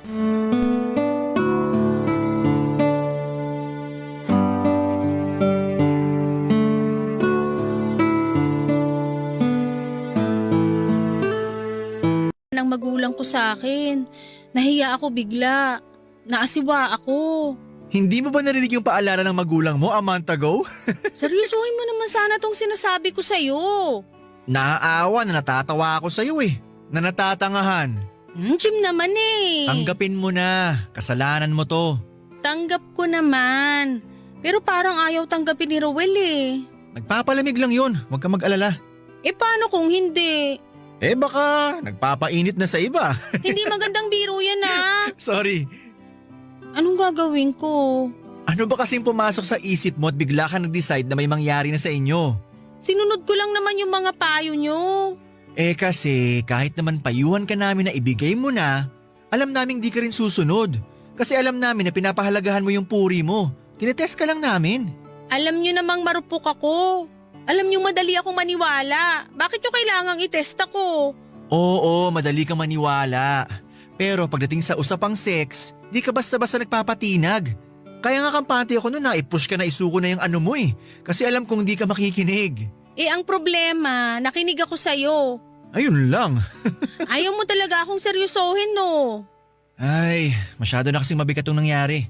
Gusto ko lang gawing light para di ka na ma-stress. Eh nakaka-stress naman kasi talaga. Alam ko. Hintayin na lang natin yung reply ni Roel. Malamang nagpapalamig lang yun. Na-miss ka nun sigurado kaya magbababa rin yun ng pride. Sure ka? Sana. Anong sana? Pinapalakas ko lang loob mo.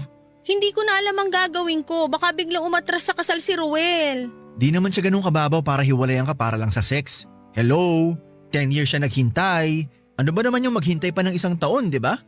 Paano kung napuno na siya? Paano kung na-realize niyang hindi na niya kayang maghintay pa? Diyan. Paano kung... Hindi ko na alam, Jim. Baka kahit sa mismong araw ng honeymoon namin, matakot pa rin akong ibigay. Kasi binalot mo na sa virginity mo yung halaga mo, ganon. Baka maging problema to sa amin. Huwag kang nega dyan. Ano ka ba naman? Jim, Oh, gaano ka natakot nung una kang nakatikim? nang ano? Alam mo na kung ano. Kinabahan ako noon, solid. Halos di nga gumana. Gumana? Basta ayaw niyang mag-ano, para makano. Ang hirap kasi sabihin sa'yo, nakakailang. Bakit ka naman maiilang? Kasi wala ka pang experience. Magkaka-experience din ako. Aba, kailan pa kaya? Ito naman.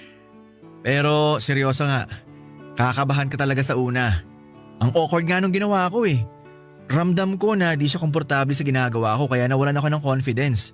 Kaya ayun, di gumana. Kailan gumana? Mga ilang oras siguro yung nakalipas. Bale, pinalakas niya ang loob ko. Tapos hinawakan niya. Lahat sa akin. Doon, nag-init ako noon. Dahil lang sa hawak? Oo naman. Tsaka nakahubad na siya Di pa ba ako gaganahan nun? Nakaka-relate ako dyan sa hawak. Hinawakan ka na ni Ruel? Oo, kanina. Naramdaman ko na parang lumakas yung tibok ng puso ko. Akala ko nga nung una dahil lang sa takot Yun pala dahil sa init. Ganun ba? Tapos? Tapos parang nanginig ako. Hindi uli dahil sa takot ha? Parang mainit ba sa pakiramdam? Oo Sobrang init. Gusto mo ba ulit ma-feel yun?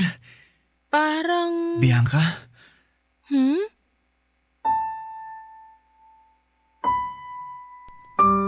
Papadudot dala ng sobrang init ng usapan ay may nangyari sa amin ni Jim. Hindi ko na siya napigilan pa nang ihiga niya ako sa kama at hinalikan. Hindi ako nakaramdam ng takot o kaba. Hinawakan niya ako sa mga nakatagong parte ng katawan ko. Hinawakan niya ang mga kamay ko para mahaplos ko siya tulad ng ginagawa niya sa akin. Habang may nangyayari sa akin ay walang ibang nasa isip ko kundi si Ruel. Ini-imagine ko na si Ruel ang kasiping ko ng gabing yon at hindi si Jim. Narinig ko pa nga sa sarili kong isinigaw ang pangalan ni Ruel. Hindi na kami nakapag-usap sa nangyari. Papadudot nagkaayos kaming muli ni Ruel at nagsorry siya dahil nagtunog na mimilit daw siya noong nasa hotel kami. Sinabi niya na kung hindi pa ako handa ay maghihintay pa rin siya.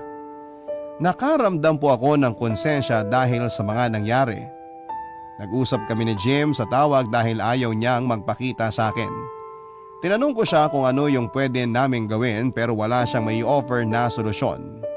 Mula noon ay nilian na niya ako at neto lang nakaraan nalaman kong umalis na siya sa Metro Manila. Blinak na rin niya ako mula sa Facebook hanggang sa cellphone number. Iniwan niya ako mag-isa sa problema ko na dapat ay tinulungan niya ako, Papadudot. Alam kong magkakaalaman na sa araw ng honeymoon namin na hindi po ako virgin.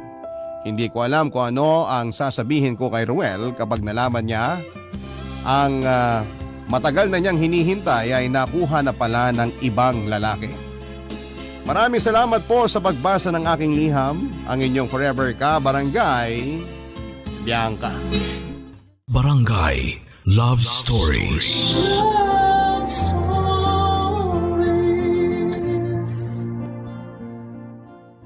Barangay LS 97.1. 97.1. Number 1. forever.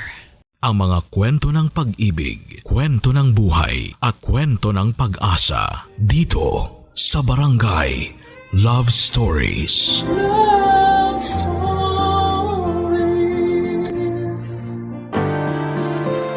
Ang pakikialam sa buhay ng may buhay ay nakakasanayan na madalas ng iba. Tipong hindi makukumpleto ang araw kung hindi sila makikisawsaw sa buhay ng mga tao sa paligid nila. Ikaw kabarangay, mahilig ka bang makialam sa buhay ng ibang tao?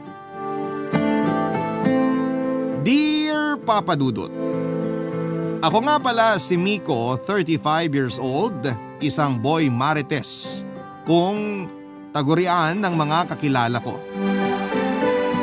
Hindi ko naman po ito kinakahiya dahil alam kong totoo naman ito. Nung una syempre nahiya ako nang punahin ako ng mga katrabaho ko sa pagiging tsismoso ko. Pero nagawa ko ng tanggapin ang sarili ko. Parte na ito ng identity ko. Basta alam ko naman kung hanggang saan lang ang mga ichichismis ko. Hindi naman ako katulad ng iba na sagad na kung makasira ng buhay. Pangkatuwaan lang itong chismis para sa akin. Lalo na kapag nasa opisina ako at walang ginagawa.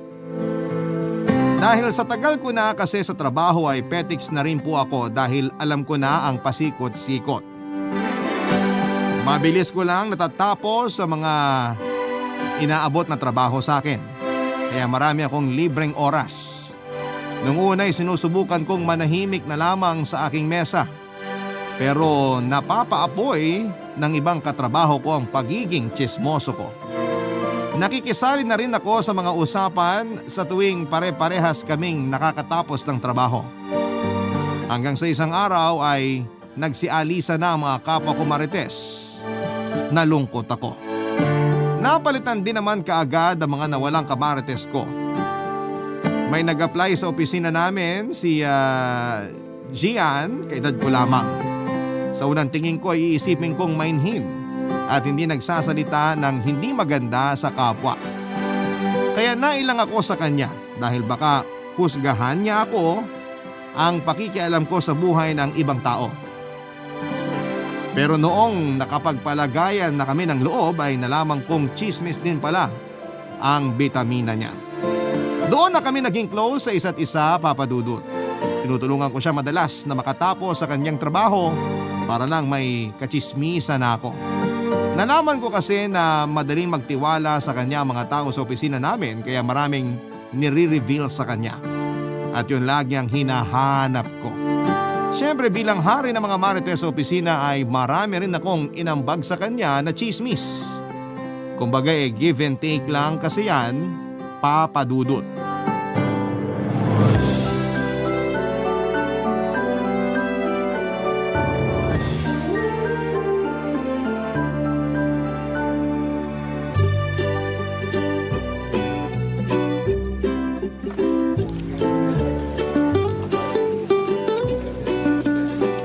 Jean? Jean! Oh, bakit? Bakit ka tinawag ni Daisy kanina? Secret! Huwag mo nga ako ma-secret dyan. Sabihin mo na. Anong meron? Ikaw talaga basta chismis? Grabe ka. Dali na bago pa tayo maabutan ng boss natin. Tapos mo na ba yung work mo?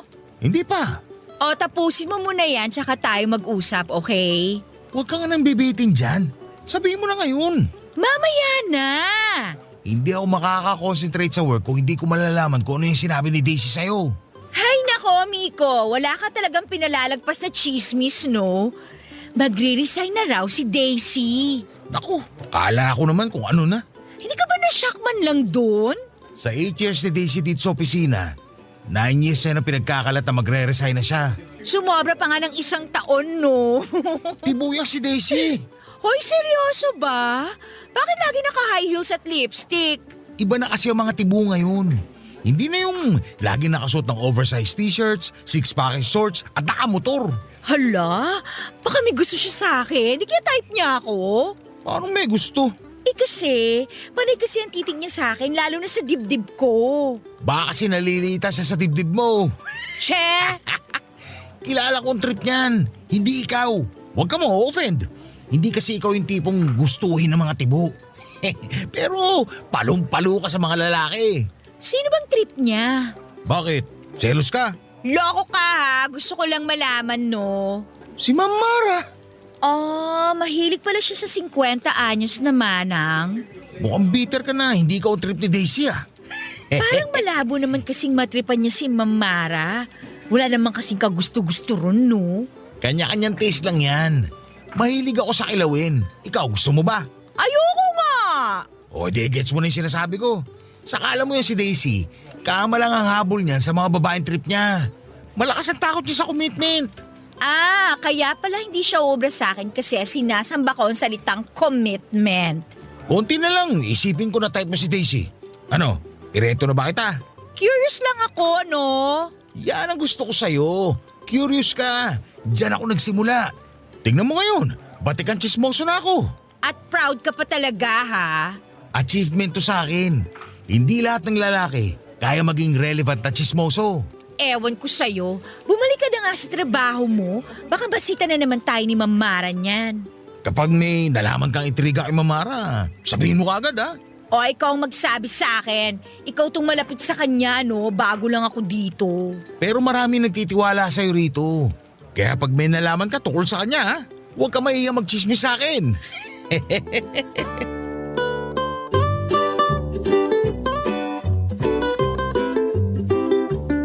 Nagbalik na ako sa trabaho pero hindi ako makapag-concentrate.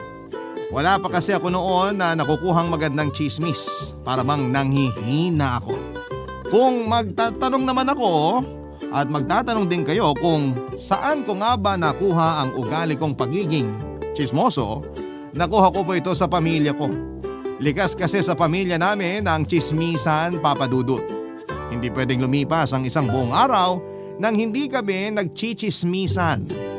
Bata pa lamang ako ay lagi na ako nakaharap sa mga tiyahin kong walang ibang ginawa kundi ang magchismisan.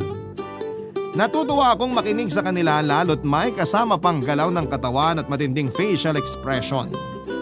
Hindi ko na kailangang manood ng telebisyon dahil sa kanila lang ay naaaliw na ako. Sinasali na rin ako noon sa chismisan dahil ako ang madalas nilang pain sa mga gusto nilang pakialaman ng buhay, Papa Dudut. Masaya naman akong nakakapag-deliver noon ng chismis sa kanila. Kahit papaano ay na-validate ang pakiramdam ko. Sa ganung paraan lang kasi ako noon napapansin sa pamilya namin. Kaya dahil doon ay masasabi kong magaling talaga ako. Kahit nakalayo na ako sa anino ng mga chismosang pamilya ko ay nagpatuloy pa rin ako sa pagpapakalat ng chismis. Nakaugalian ko na talaga yon. Hindi na ganun kadaling baguhin yon. Wala rin naman akong plano kasi sa totoo lang ay nare-relax ako kapag may intriga akong nalalaman sa buhay ng ibang tao. Parang kahit papaano ay na-excite ako dahil makulay at puno ng intriga ang buhay nila. Hindi kagaya sa akin na puro bahay at trabaho lang ang pinagkakaabalahan. Walang masyadong exciting na ganap sa buhay ko, Papa Dudut, kaya nga siguro wala rin akong naririnig na chismis sa akin. Kasi wala namang masyadong importanteng nangyayari sa akin. Kaya hindi ako pwedeng maging artista kasi wala silang mahahagilap na chismis sa akin. Pwede pa ako maging blind item host sa mga celebrity TV shows.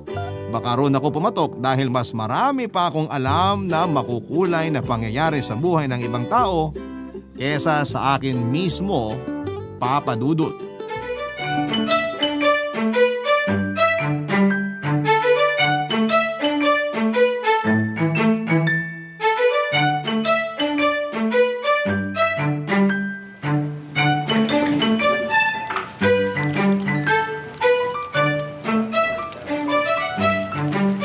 Jean, tapos ka na sa work mo? Konti na lang pero tinatamad na akong tapusin to. Maganda yan. Chismisan tayo. May baon ka ba? Ako pa talagang tinanong mo. Splok na, ano ba? Si Chad sa HR, alam mo na ba? Yung mabaho yung tenga? Hindi ko alam na mabaho ang tenga niya. Pero mamaya pag-uusapan natin yan ha. O ano naman ang meron sa kanya na alam mo? Matatanggal siya sa trabaho. Hoy, seryoso ba yan? Galing to sa reliable source ko. Kumapit ka na. May mas matindi pa. Ano? Natanggal siya sa trabaho dahil ninakaw niya yung 13-month pay ng isang employee rito na matagal na nag-resign. Paano ninakaw? Para namang imposible yan. Meron ako source sa accounting office.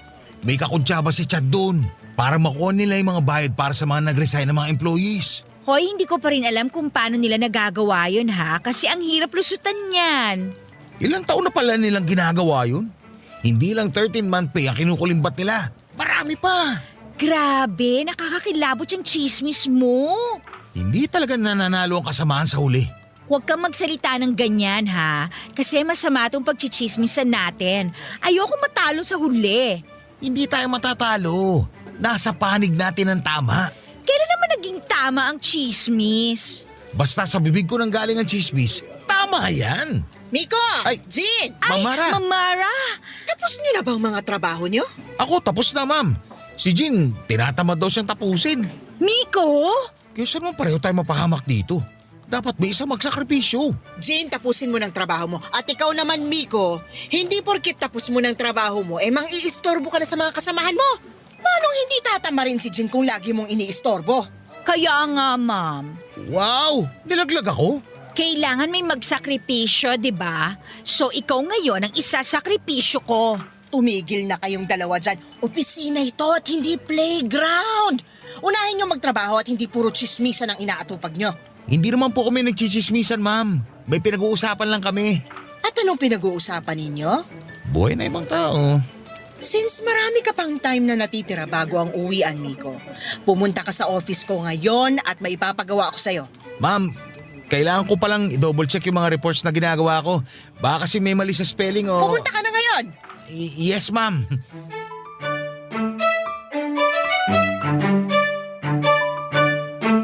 Papadudot naglakad na si Ma'am Mara papasok sa kanyang opisina.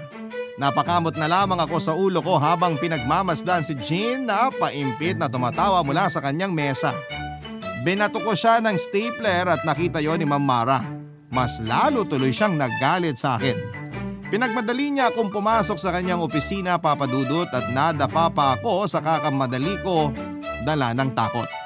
Nakita tuloy ng mga kaopisina ko ang mga nangyari. Napahiya ako.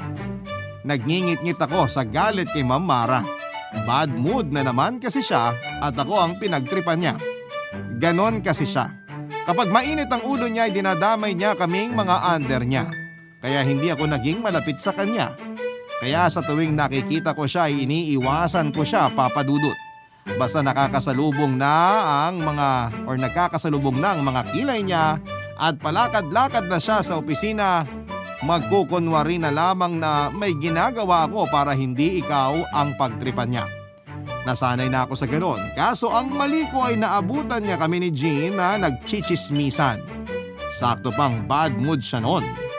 Nung nasa loob na ako ng opisina niya ay pinagalitan niya ako sa pangiistorbo kay Jean. Kahit na hindi naman niya alam ang buong kwento ay pinagalitan pa rin niya ako. Hindi niya ako hinayaang mag-explain. Nasaktan tuloy ang pagkalalaki ko. Lalo't nakabukas pa noon ang pintuan niya habang pinapagalitan ako. Nakita tuloy ng mga kaopisina ko kung paano niya ako bulyawan. Sa gilid ng mga mata ko, alam kong pinag-uusapan na nila ako. Sa wakas, meron na rin silang latest issue para sa akin. Hindi ko alam kung anong mararamdaman ko noon, Papadudot. Natagalan din ako sa opisina ni Ma'am Mara. Marami siyang sinasabi sa akin na hindi ko na inintindi dahil mas iniintindi ko ang galit ko sa kanya. Kaya pagkalabas ko ng opisina niya, pinangako ko sa sarili ko na hahalongkating ko ang buhay niya. Siya naman ang magiging una sa listahan ko ng mga taong sisiraan ko ang buhay gamit ang kapangyarihan ng chismis. Barangay Love Stories. Barangay Love Stories. Dinamdam ko noong pinagalitan ako ni Ma'am Mara, Papadudot. Hindi ako natuwa sa pagpapahiya niya sa akin. Hindi ko kasi gusto na ipahiya ako sa ibang tao lalo na sa mga kakilala ko. Matagal bago ako makalimot sa ginawang hindi maganda sa akin ng ibang tao. Minsan nga ay hindi na talaga ako nakakalimot pa. Kinikimkim ko lahat ng galit sa tao na yon at madalas ay gumagawa ako ng paraan para makaganti. Sa nakalakihan kong pamilya ay ganon lagi ang patakaran. Wala akong planong putulin ang nakasanayan ng pamilya namin. Sa tuwing may nananakit, nang nararamdaman ko ay nakalista na ang taong yon para gantihan ko.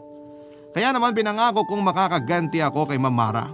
Kahit sa anong paraan, hindi ko pwedeng hayaan na lamang ang ginawa niya sa akin. Kailangang may magawa ako para naman maipagtanggol ko ang sarili ko. Kaya naman ang ginawa ko ay nangalap ako ng impormasyon kay Ma'am Mara. Malihim si Ma'am Mara at hindi siya pala kwento at malapit sa aming mga hawak niya. Kaya nahirapan ako sa una na makaalam ng mga bagay-bagay tungkol sa kanya. Pero dahil na rin sa tulong ng social media accounts ay naging posible ang paghahanap ko ng mga detalye sa kanya.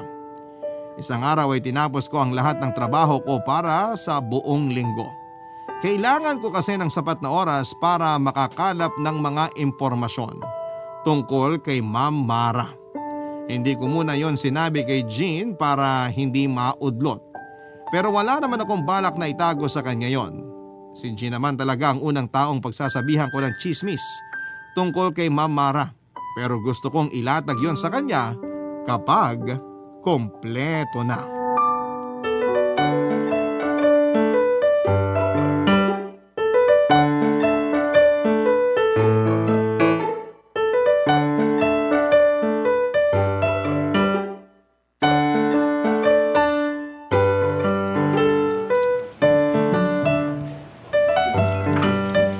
Miko, busy ka?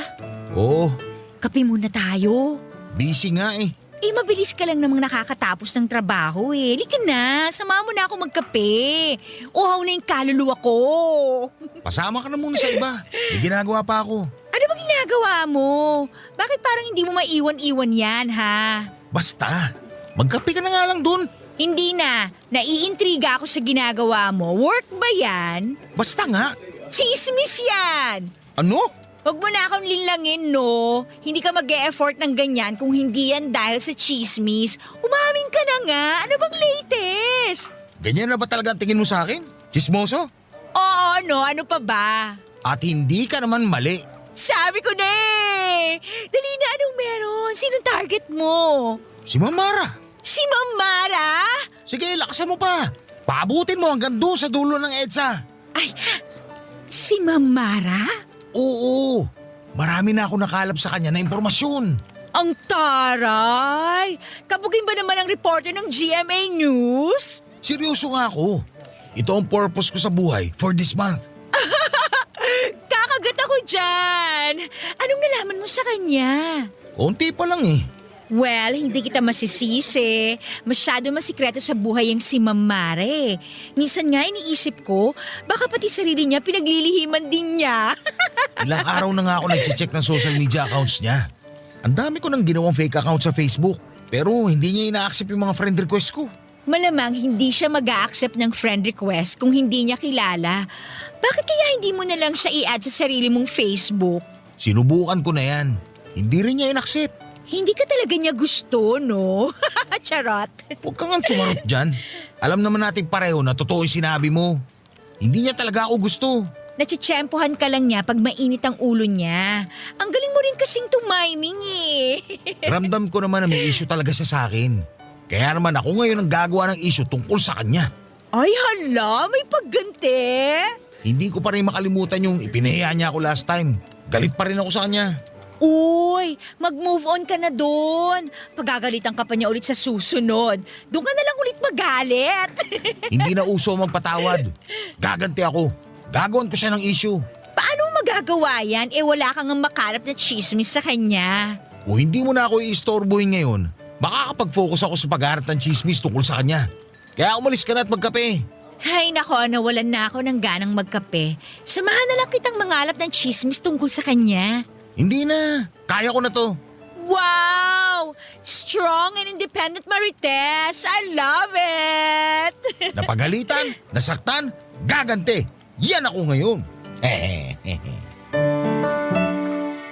Natawa na lang si Jean sa sinabi ko, Papa Dudut.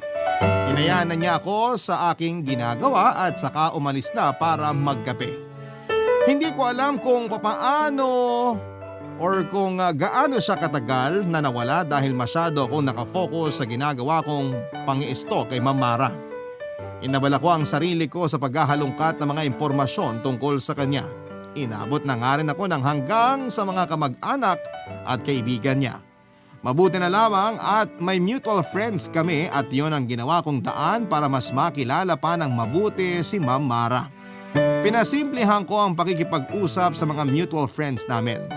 Hindi ko nakaklose ang mga yon pero sinadya kong lumapit at makipagkwentuhan para may malaman lang ako kay Ma'am Mara. Hindi ko naman pinahalata na may gusto akong gawing masama. Kaya mabilis lang din silang nagtiwala, Papa Dudut. Nataon pa na may pagkachismoso at chismosa ang mga nakausap ko tungkol sa kanya. Kaya hindi naging mahirap na may malaman tungkol sa kanya. Inabot ako ng ilang araw bago ako nakakuha ng mga juicy na chismis tungkol kay Ma'am Mara. Excited na akong sabihin yon lahat kay Jean. Sinakripisyo ko ang day off ko para lamang makahalungkat ng chismis tungkol kay Ma'am Mara. Sulit naman yon sa akin dahil makakaganti na ako sa kanya. Nagbunga lahat ng hirap ko at lakas ng pagkonsumo ko sa internet ng aming trabaho. Marami na akong nalaman tungkol kay Ma'am Mara. Pakiramdam ko noon napaaga ang selebrasyon ng Pasko. Nagawa ko pa nga i-encode at i-print ang mga impormasyon tungkol sa kanya. Natawa na lamang ako sa sarili ko dahil masyado kong tinaasan ang level ng pagiging chismoso ko.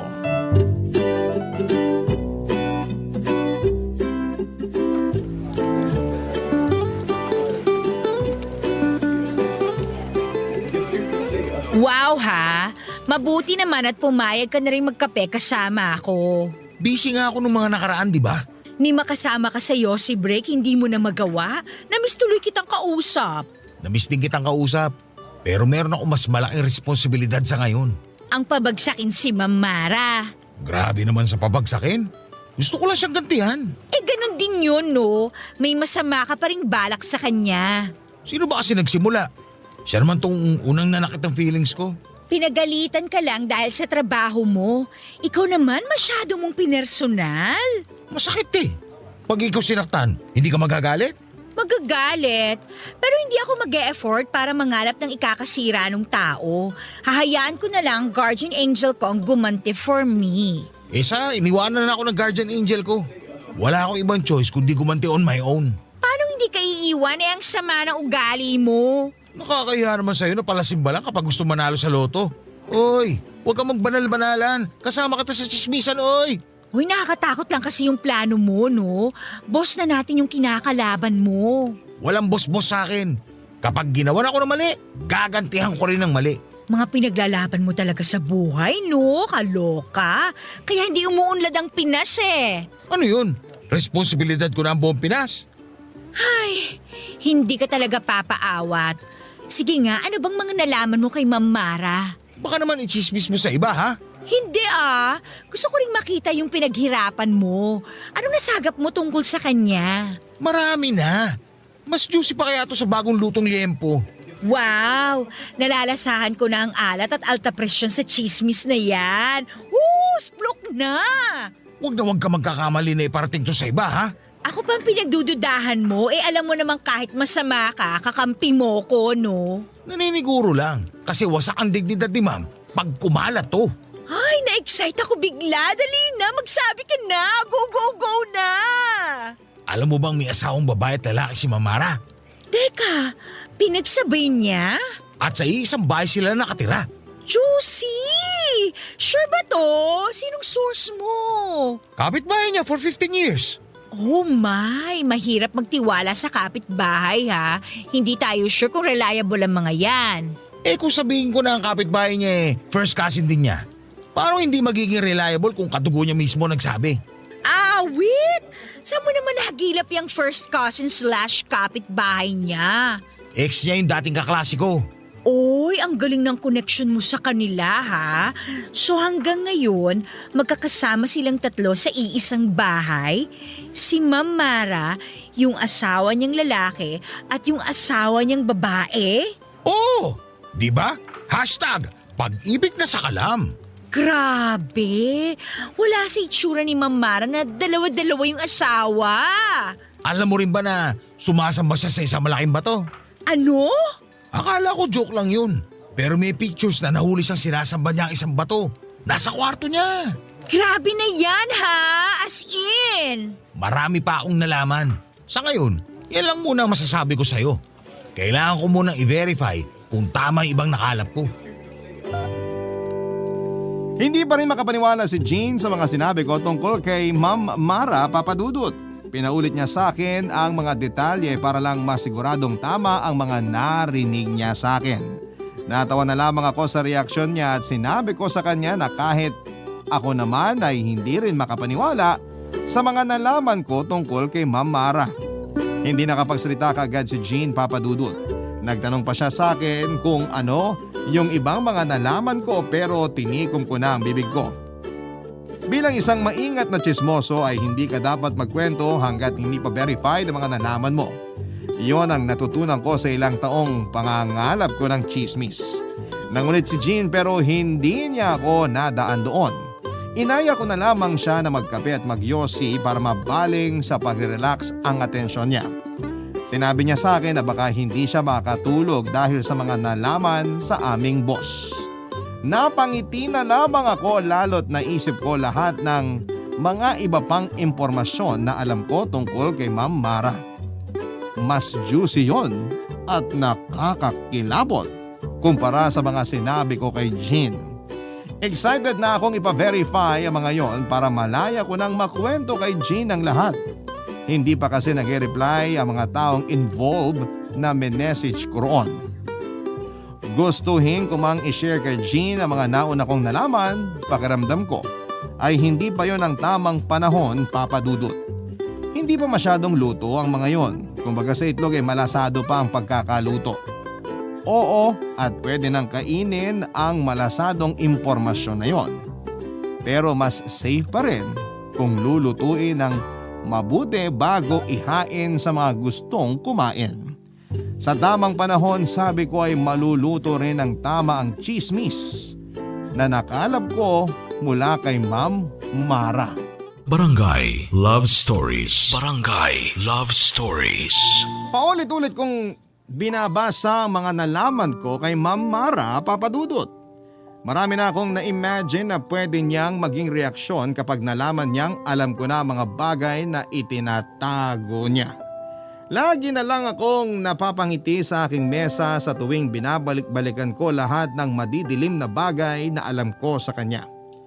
Kapag wala ako sa mood magtrabaho ay panay lang ang tingin ko noon sa listahan ko ng mga bagay na tungkol sa kanya. Doon ako biglang sisigla. Doon ako biglang makakahanap ng inspirasyon para tapusin ang trabaho ko. Panay din ang imagine ko kung anong klaseng buhay ang meron kay Ma'am Mara. Panay ang tanong ko noon kung bakit ganon ang naging buhay niya. Kung bakit ganon ang mga naging desisyon niya sa buhay. Ni sa hinagap ay hindi ko talaga akalain na magagawa niya mga bagay na alam ko. Hindi pa rin nagawang mag-reply ng mga message ko na tao tungkol sa ibang impormasyon na gusto kong i-verify tungkol kay Ma'am Mara. Naiinip na ako noon pero pilit kong pinapasukan ng pasensya ang katawan ko.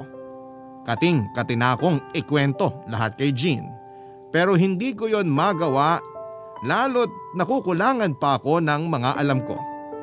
Hindi naman ako kinulit pa ni Jean dahil alam niyang kailangan ko pa ng tamang oras at impormasyon bago ko ilatag lahat ng yon sa kanya. Nagpatuloy lamang siya sa pagpapatay mali siya na kunwari wala siyang alam tungkol kay Ma'am Mara. Laging blanko ang mukha niya sa tuwing nahaharap kay Ma'am Mara. Ganon kagaling magtago ng sekreto si Jean kaya malaki ang naging tiwala ko sa kanya pagdating sa mga sinishare ko sa kanya na chismis. Hanggang isang araw ay biglang nagbago ang lahat. Nilapitan niya ako para makipagkwentuhan at doon ko nalaman na hindi pala dapat ganon kabilis magtiwala sa iba.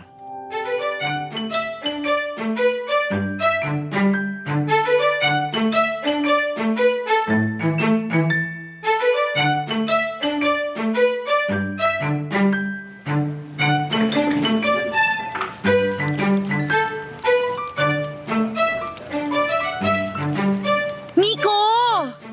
Bakit? Busy ka pa rin? Pahinga muna sa mga chismis kay Ma'am Mara. O bakit naman? Napagod na rin ako maghintay sa mga source ko. Hala, wala pa rin nagre-reply sa kanila? Oo, online naman yung iba pero hindi nagre-reply. Yung iba naman, sinin lang ako. Nakakalungkot, nakakawalang pag-asa. Pero hindi ka dapat sumuko malapit ka na sa goal mo. Hindi talaga ako susuko. Kailangan ko lang magpahinga. Saka, napapabayaan ko ng trabaho ko. Dami ko tuloy backlog. Gusto mo tulungan na kita sa trabaho mo? Para may time ka pa para mag-verify ng chismis tungkol kay Ma'am Mara. Sipag mo bigla. Gusto lang kitang tulungan sa balak mo kay Ma'am Mara, no? Bakit biglang naging supportive ka dyan? Di ba ayaw mo gumanti ako? Ang exciting naman kasi ng mga nalaman mo tungkol sa kanya. Gusto ko pang may malamang iba. Ikaw pa rin ang unang kong sasabihan kapag verified na ang lahat ng impormasyong alam ko. Kahit half-cooked chismis lang, sabihin mo pa rin sa akin. Sige na. Alam mo namang hindi ko magagawa yan. Mas masarap pa rin kapag lutong-luto ang chismis. Bakit sa steak? Masarap pa rin naman kahit hindi masyadong luto yung karne. Hindi kasi steak si Ma'am Mara. Isa siyang manok. Kailangang iluto ng maigi para makaiwas sa salmonella. Sa bagay. Bigla ka nagkaroon ng interes kay Ma'am Mara, ha? Wala kasi masyadong ganap dito sa office Kailangan ko ng extra drama. Yung mga na-share ko lang sa'yo nung nakaraan ng sure ako Hayaan mo, malalaman ko rin ang lahat tungkol sa kanya. Ikaklaro ko lang Gusto ko lang ding i-verify. So, dalawa ang asawa ni Ma'am Mara? Oo. Babae at lalaki. Yup. At sa iisang bahay lang sila nakatira hanggang ngayon? Yup again. Kasama ang sinasamba niyang bato. Yan! At least verified! Nasabi ko kasi kay Leila yung tungkol doon. Bakit mo sinabi? Di ba sa atin lang lahat to dapat? Hindi mo naman kailangan mag-alala kay Leila. Miyembro naman siya ng LGBT. Kaya suportado niya kung parehong babae at lalaking asawa ni Ma'am Mara. O di ba nakahanap tayo ng kakampi sa chismisa na to? Jean naman, apakatanga mo. Dapat di mo ginawa yun. Ang sabi ko nga, dapat hindi ka mag-alala sa kanya. Bukas ang isipan ni Leila sa mga ganyang setup na relasyon. Pero bukas ba ang isip niya sa pakikialam natin sa buhay ng ibang tao? Hindi ko natanong pero may kutob naman akong oo. Yang kutob mo magpapahamak sa atin. Ano bang gusto mong gawin ko? Bawiin ko?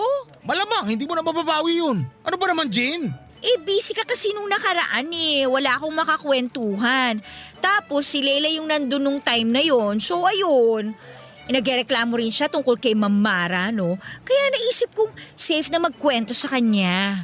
Hindi safe magkwento kahit kanino. Pero bakit kinuwento mo sa akin? Kasi nagkamali ako. Dapat pala, hindi na lang ako nagkwento sa'yo. Ang laki ng tampo ko kay Jean after kong malaman na pinagsabi niya kay Leila ang mga nalaman kong chismis kay Ma'am Mara. Wala namang kaso sa akin si Leila, tahimik siya sa opisina namin at hindi pala imik kung hindi mo chichikahin. Kaya lang dapat ay maging maingat lalo't hindi natin alam kung kailan pipitik ang isang tao at tatraido rin ka. Hindi tuloy ako mapakali noon after naming mag-usap ni Jean. Inoverthink ko na kung paano lulusutan yon. Hindi ako nakapagtrabaho ng maigi. Panayang labas ko noon para magyosi, para mag-relax at magtanggal ng stress. Sinubukan akong lapitan ni Jean pero sinabi ko sa kanya na huwag na muna niya akong kausapin dahil masama pa rin ang loob ko sa kanya. Tumango na lamang siya at halatang nasaktan sa pagtataboy ko. Hindi niyo naman ako masisisi. Malaking kasalanan ang ginawa ni Jean sa akin, Papa Dudut. Inakala ko pa namang mapagkakatiwalaan ko siya pero sinira rin niya ang tiwala ko sa kanya. Iniwasan kong makasalubong si Ma'am Mara. Ganon din si Leila. Ilang araw pa ang lumipas, wala pa rin akong balita kung nakarating na kay Ma'am Mara ang mga chismis. Panay ang tingin ko kay Leila at nagbabaka sakaling makakuha ako ng clue kung nagsumbong na ba siya. Panay din ang tingin noon ni Leila sa akin pero hindi ko magawang basahin ang laman ng kanyang isipan. Doon ako mas lalong natakot. Hindi na rin ako ginulupan ni Jean. Hinayaan niya akong magpalipas ng galit. Pinapon ko na rin ang mga sinulat kong chismis kay Ma'am Mara. Kinailangan kong magpalamig muna. Nang hinayang ako sa mga pinaghirapan ko, inansend ko na rin ang mga messages ko sa Facebook sa mga kakilala namin ni Ma'am Mara. Mahirap na ang ma-screenshot at mapabasa kay Ma'am Mara. Kailangan ko munang magpahinga sa chismis. Yun ang paraan para mawala na ang stress ko at mawala na sa radar ni Ma'am Mara. Nagbalik na lamang ako sa pagfo-focus sa pagtatrabaho ko hanggang isang araw.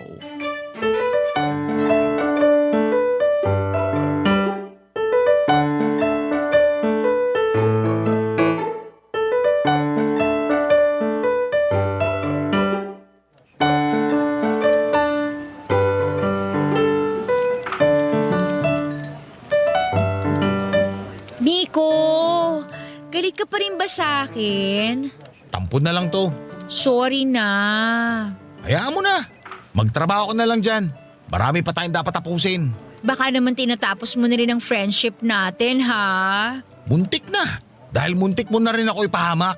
Tahimik lang naman si Leila. Ano ka ba? Tahimik din kung umatake ang mga ahas at buhaya. Alam mo ba yon? Huwag ka na mag-overthink. Wala rin namang nalaman si Ma'am Mara, no? Tingnan mo, ilang araw na pero tahimik pa rin siya. Yun nga ang nakakatakot kapag tahimik na. Alam mo may mga binabantayan na yan para silain. Galawang buhay at ahas. Basta ako, kampante ako na hindi nakalabas ang chismis natin tungkol kay Ma'am Mara. Paano hindi nakalabas? Nakapasok na nga kay Leila yan, di ba? Kasi nga... Miko, Ay, Mamara? sumunod ka sa akin sa office ko. Madali ka. Ano po yun, ma'am? Pumasok ka sa office ko at isara mo ang pintuan. May kailangan po ba kayo, ma'am? Natapos mo na ba yung pinapagawa ko sa yung report para sa branch natin sa Commonwealth? Tinatapos ko na po ngayon. Inuna ko po kasi yun para ron sa Makati. May urgent daw po kasi sabi ni Sir Renzo. Matatapos mo ba ngayon? Kaya po before 5 p.m. Mabuti. Maaasahan ka talaga sa ganyan. Thank you po, ma'am. Kayo naman po kasi yung nag-train sa akin sa ganito. Malaki pong utang na loob ko sa inyo.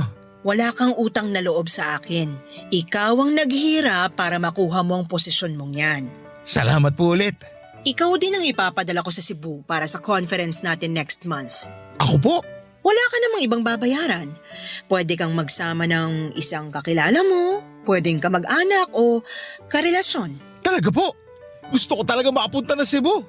Thank you, Ma'am Mara. Ipasa mo lahat ng detalye mo at ng makakasama mo papuntang Cebu sa admin natin before Tuesday next week para may ayos ng budget. Galingan mo ron dahil ikaw ang representative ng opisina natin. Hindi ko po kayo ipapahiya, ma'am. Thank you po sa opportunity na to. May iba ka pa bang tanong? Wala na po. Good. Idedemanda nga pala kita dahil sa mga pinakalat mong chismis tungkol sa akin na meron akong 2 asawa at sumasamba ako sa bato. Ma'am? Siguro naman may magaling kang abogado para ipagtanggol ka sa korte pag nagharap-harap na tayo. Ma'am Mara, mag-explain po ako. Hindi na kailangan. Ipunin mo na lang yan pag nagkaharap-harap na tayo. Para na rin yan sa proteksyon mo.